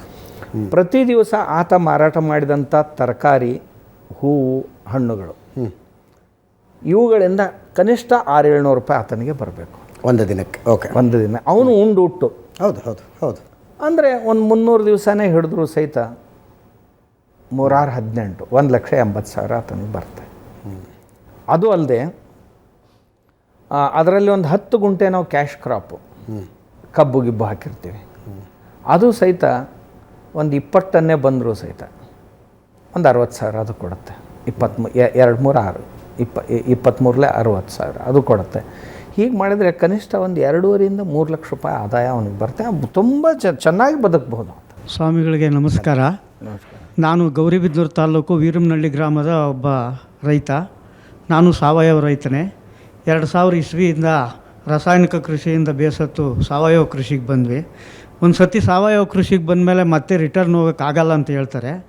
ಅದೇ ರೀತಿ ಇರೋದರಲ್ಲಿ ಮಾಡ್ಕೊಂಡು ಬರ್ತಾಯಿದ್ವಿ. ಇಷ್ಟು ದಿನ ಏನಾಗ್ತಾಯಿತ್ತು ಅಂದರೆ ಕೆಲಸಗಾರರು ಸಿಗ್ತಾಯಿದ್ರು, ಮನೆ ಒಳಗೆ ದೊಡ್ಡ ಫ್ಯಾಮಿಲಿ ಇತ್ತು, ಒಂದು 5-6 ಜನ ಇದ್ವಿ, ಎಲ್ಲ ಚೆನ್ನಾಗಿ ನಡ್ಕೊಂಡು ಹೋಗ್ತಾಯಿತ್ತು. ಆದರೆ ಇವಾಗ ಏನಾಗಿದೆ, ಡಿವೈಡ್ ಆಗಿದೆ, ಮತ್ತು ನಮ್ಮಲ್ಲೂ ಕೆಲಸ ಮಾಡೋದು ಕಡಿಮೆ ಆಗಿದೆ. ಹಾಗಾಗಿ ಇವಾಗ ಜೀವಾಮೃತ ಎತ್ತೊಯ್ಯೋದು ಕಷ್ಟ, ಗೋಕೃಪಾಮೃತ ಡ್ರಿಪ್ಪಲ್ಲಿ ಕೊಡ್ಬೋದು. ಇಂತಹ ಸರಳ ವಿಧಾನಗಳನ್ನು ನಿಮ್ಮಲ್ಲಿ ಬಂದು ಒಂದು ಸ್ವಲ್ಪ ಕಲಿಯೋದು ನಮಗೆ ಇವಾಗ ಅವಶ್ಯಕತೆ ಆಗಿದೆ. ಹಾಗಾಗಿ ನಿಮ್ಮಲ್ಲಿ ಏನಾದರೂ ವಿಶೇಷ ಕಾರ್ಯಕ್ರಮಗಳು ಅಂತ ಮಾಡಿದಾಗ ತರಬೇತಿಗಳೇನಾದರೂ ಇದೆಯಾ ಅಂಥದಕ್ಕೆ ಒಂದು ಸರ್ತಿ ಬರೋದಕ್ಕೆ ಒಂದು 8-10 ಜನ ಬರೋರಿದ್ದೀವಿ ನಾವು ರೈತರು, ಅಂಥವ್ರಿಗೊಂದು ಅವಕಾಶ ಬೇಕು. ಅವ್ರ ಉತ್ಸಾಹ ನಂಗೆ ಭಾಳ ಖುಷಿ ಆಯ್ತು ಸ್ವಾಮೀಜಿ. ನೀವೇನು ಮಾಡಿ ಒಂದು ಕೆಲಸ, ನಾನಲ್ಲಿ ಇರಬೇಕು ಅಂತ ಇದ್ರದ್ದೇನು ಅವಶ್ಯಕತೆ ಇಲ್ಲ. ನಮ್ಮ ಮಠದಲ್ಲಿ ಕೆಲಸ ನಡೆದೇ ಇರುತ್ತೆ. ಅಲ್ಲಿ ಒಂದು ಕೃಷಿ ವಿಜ್ಞಾನ ಕೇಂದ್ರನೂ ಇದೆ. ಆಮೇಲೆ ಒಂದೊಂದು ಪಾರ್ಟಿಗೆ ಒಬ್ಬೊಬ್ಬ ರೈತರನ್ನ ನೇಮಿಸಿದ್ದೀವಿ. ಈಗ ತರಕಾರಿ ಇದೆ, ಅದನ್ನು ಒಂದು 5-10 ಎಕರೆ ತರಕಾರಿ ಒಬ್ಬ ನೋಡ್ಕೊಳ್ತಾನೆ, ಮತ್ತೊಂದಿದೆ ಅದನ್ನೊಬ್ಬ, ಹೀಗೆಲ್ಲ ವಿಭಾಗಗಳಿವೆ. ಆಮೇಲೆ ಗೋಶಾಲೆಯಲ್ಲಿ ಪಂಚಗವ್ಯ ವಿಭಾಗ ಇದೆ. ಇನ್ನೂ ಬೇರೆ ಬೇರೆ ಚಟುವಟಿಕೆಗಳು ನಡೀತಾವೆ. ಅಲ್ಲಿ ಹೋದ್ರೆ ಯಾವಾಗ ಹೋದ್ರೂ ಇರುತ್ತೆ, ವ್ಯವಸ್ಥೆ ಆಗುತ್ತೆ ತಮಗೆ. ಸರ್, ನೀವು ಹೇಳಿದ್ರಿ 1 ಎಕರೆಯಲ್ಲಿ 2 ಲಕ್ಷದಿಂದ 3 ಲಕ್ಷ ಸಂಪಾದನೆ ಮಾಡ್ಬೋದು ಅಂತ ತಿಳಿಸಿದ್ರಿ ಸರ್ ನೀವು. ಸರ್, ಒಣ ಬೇಸಾಯದಲ್ಲಿ ಅದು ಮಾಡೋಕ್ಕಾಗಲ್ಲ, ಮತ್ತೆ ನೀರಾವರಿಯಲ್ಲಿ ಆಗೋದಿಲ್ಲ. ಒಂದು ಮಾತು, ಯಾಕೆ ಅಂದರೆ ಒಣ ಬೇಸಾಯ ಕನಿಷ್ಠ ದಿವಸಕ್ಕೆ ಒಂದು 20,000 ಲೀಟ್ರ್ ನೀರು ಬೇಕಾಗುತ್ತೆ. ಹೌದು. ಒಣ ಬೇಸಾಯದಲ್ಲಿ 1 ಎಕರೆಯಲ್ಲಿ ಬದುಕಲಿಕ್ಕೆ ಆಗೋದಿಲ್ಲ. ಆಮೇಲೆ ಒಣ ಬೇಸಾಯದಲ್ಲೇ ಬದುಕಬೇಕಾಗಿತ್ತು ಅಂತಂದರೆ ನೀವು ವಿವಿಧ ಬೆಳೆಗಳನ್ನು ಬೆಳೆದು, ಆಮೇಲೆ ಹಣ್ಣಿನ ಗಿಡಗಳನ್ನು, ಹೂವಿನ ಗಿಡಗಳನ್ನು ಸುಮಾರು ಒಂದು 5 ತಿಂಗಳ 6 ತಿಂಗಳ ನಿಮ್ಗೆ ಸೀಸನ್ ಸಿಗುತ್ತೆ. ಹೌದು. ಅದರಲ್ಲಿ ವರ್ಷಕ್ಕೆ ಬೇಕಾಗೋದನ್ನು ನಾವು ಚೆನ್ನಾಗಿ ಪ್ಲ್ಯಾನ್ ಮಾಡ್ಕೊಂಡು ಮಾಡಿದರೆ ಕಡಿಮೆನು ಬೀಳೋದಿಲ್ಲ. ನಮಸ್ಕಾರ ಸ್ವಾಮೀಜಿ, ನಾನು ಬಡರಂಪುರ ನಾಗರಾಜ್ ಅಂತ ಮೈಸೂರಿಂದ ಬಂದಿದ್ದೀನಿ. 100 ಗ್ರಾಮ್ಗಳಷ್ಟು ನಾವು ದತ್ತು ತಗೊಂಡಿದ್ವಿ ಅಂತ ಹೇಳಿದ್ರೆ ತುಂಬ ಸಂತೋಷ. ಯಾವ ರೀತಿ ಆ ರೀತಿ ಪ್ಲ್ಯಾನ್ ಮಾಡಿದ್ದೀರೋ ಹಂಗೇ ತಾಲೂಕು ಮಟ್ಟ ಅಥವಾ ಗ್ರಾಮ ಪಂಚಾಯತಿ ಮಟ್ಟದಲ್ಲಿ ನೀವು ಮಾಡಿದ್ರೆ 100 ಇರೋ ಅಂಥ ಹಳ್ಳಿ 1000 ಹಳ್ಳಿಗೆ ಅವರೇ ಮಾಡಬೇಕು ಅಂತ ನಿರೀಕ್ಷೆ ಮಾಡಬೇಡಿ. ಅವ್ರು ಮಾಡಬೇಕು ಅಂತ ಮಾಡೆಲ್ ಕೊಡ್ತಾರೆ, ನೀವೇ ಮಾಡಬೇಕು ಅಂತ ಅಲ್ಲ ಸ್ವಾಮೀಜಿ. ಅಂದರೆ ನಿಮ್ಮಲ್ಲಿ ಪಳಗಿರ್ತಾರೆ, ಅಂದರೆ ನಿಮ್ಮಲ್ಲಿ ಗರಡಿಯಲ್ಲಿ ಪಳಗಿರೋ ಅಂಥವ್ರು ಸಾಧ್ಯವಾದಷ್ಟು, ಈಗ ನಮ್ಮ ಹಿಂದೆ ಇದ್ದಂಥ ಸ್ನೇಹಿತರು ಹೇಳಿದ್ರು ನಾನು ಸಹಾಯ ಮಾಡ್ತೀನಿ ಅಂತ, ನಮ್ಮ ಅಜ್ಜವ್ರು ಹೇಳಿದ್ರು. ಹಂಗೆ ಅವ್ರ ರೀತಿ ಒಂದು ಆಯಾ ತಾಲೂಕು ಅಥವಾ ಜಿಲ್ಲೆಯಲ್ಲಿ ಒಂದು ಸ್ವಲ್ಪ ಅವ್ರಿಗೆ ಆಸಕ್ತಿ ಇರೋಂಥವ್ರಿಗೆ ಪಳಗಿಸಿದ್ರೆ ಅಟ್ಲೀಸ್ಟು ಒಂದು ಕೃಷಿ ಇಲಾಖೆಯವ್ರ ಜೊತೆಗೆ ಒಗ್ಗೂಡಿ ಮಾಡಿದ್ರೆ ಅಂದರೆ ಹೇಳ್ತಾ ಇದ್ದಾರೆ ತಾಲೂಕಿಗೆ ಒಂದು ಕನೇರಿ ಮಠದ ಶಾಖೆ ಮಾಡಿ ಎಲ್ಲ ಸ್ವಾಮೀಜಿ ಕೂಡಿಸಿ ಕನೇರಿ ಮಠದ ಶಾಖೆಗಳಾಗಲಿ. ಶಾಖೆ ಮಠ ಬೇರೆ ರೀತಿಯದಕ್ಕೆ ಸಾಕಾಗುತ್ತೆ, ಆರೋಗ್ಯಕ್ಕೋಸ್ಕರ ಮತ್ತು ನಾವು ಕೃಷಿ ಉತ್ಪನ್ನಗಳಿಗೋಸ್ಕರ ಮತ್ತು ಆರ್ಗ್ಯಾನಿಕ್ಕು ನಮಗೆ ಸಾವಯವ ಕೃಷಿ ಮುಖ್ಯ ಅಂತ ಇದು ಇರೋದು ಬೇಕಾ, ನಾವು ಅದನ್ನು ಯಾಕೆ ಮಾಡಬಾರ್ದು ಅನ್ನೋದು ಒಂದು ಪ್ರಶ್ನೆ.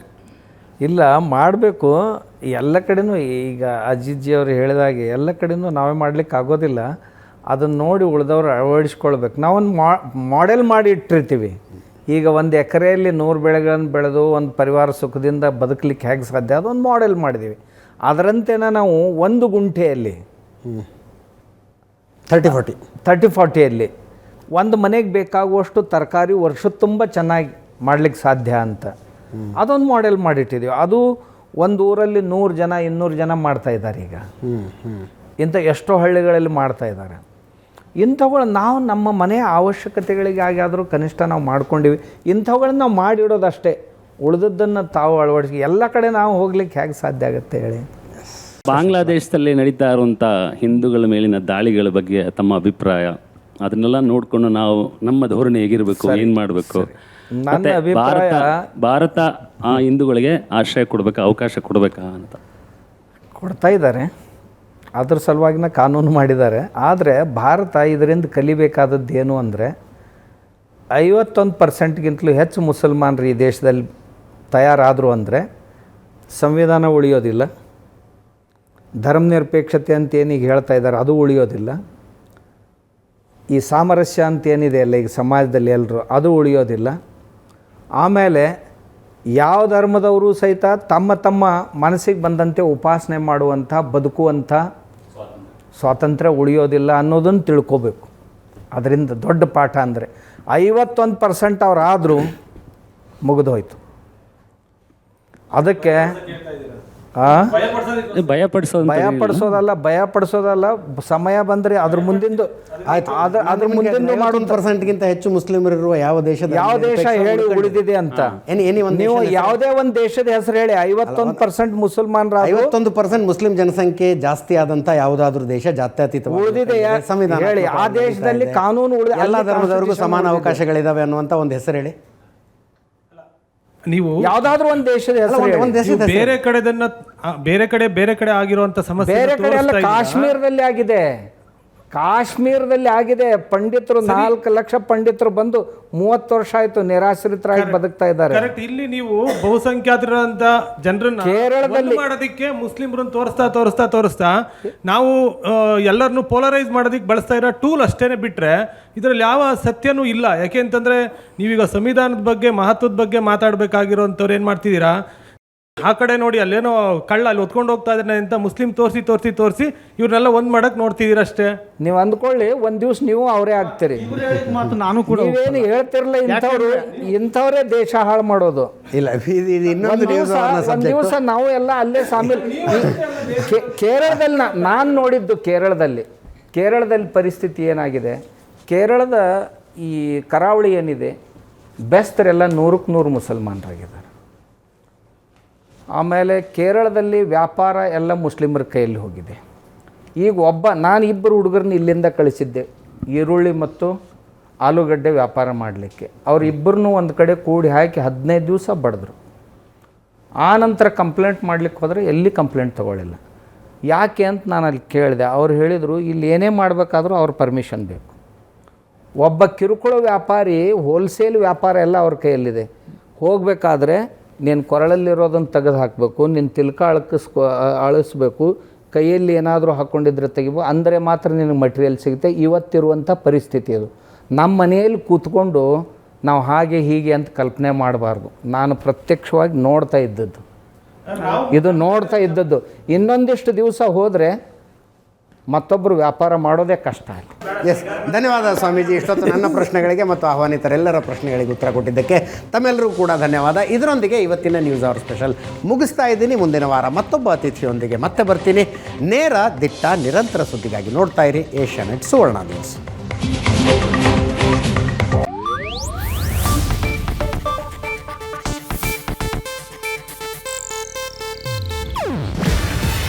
ಇದು ಏಷ್ಯಾನೆಟ್ ನ್ಯೂಸ್ ನೆಟ್ವರ್ಕ್ ಪ್ರಸ್ತುತಿ. ನೀವು ನೋಡ್ತಿದ್ದೀರಾ ಏಷ್ಯಾನೆಟ್ ಸುವರ್ಣ ನ್ಯೂಸ್.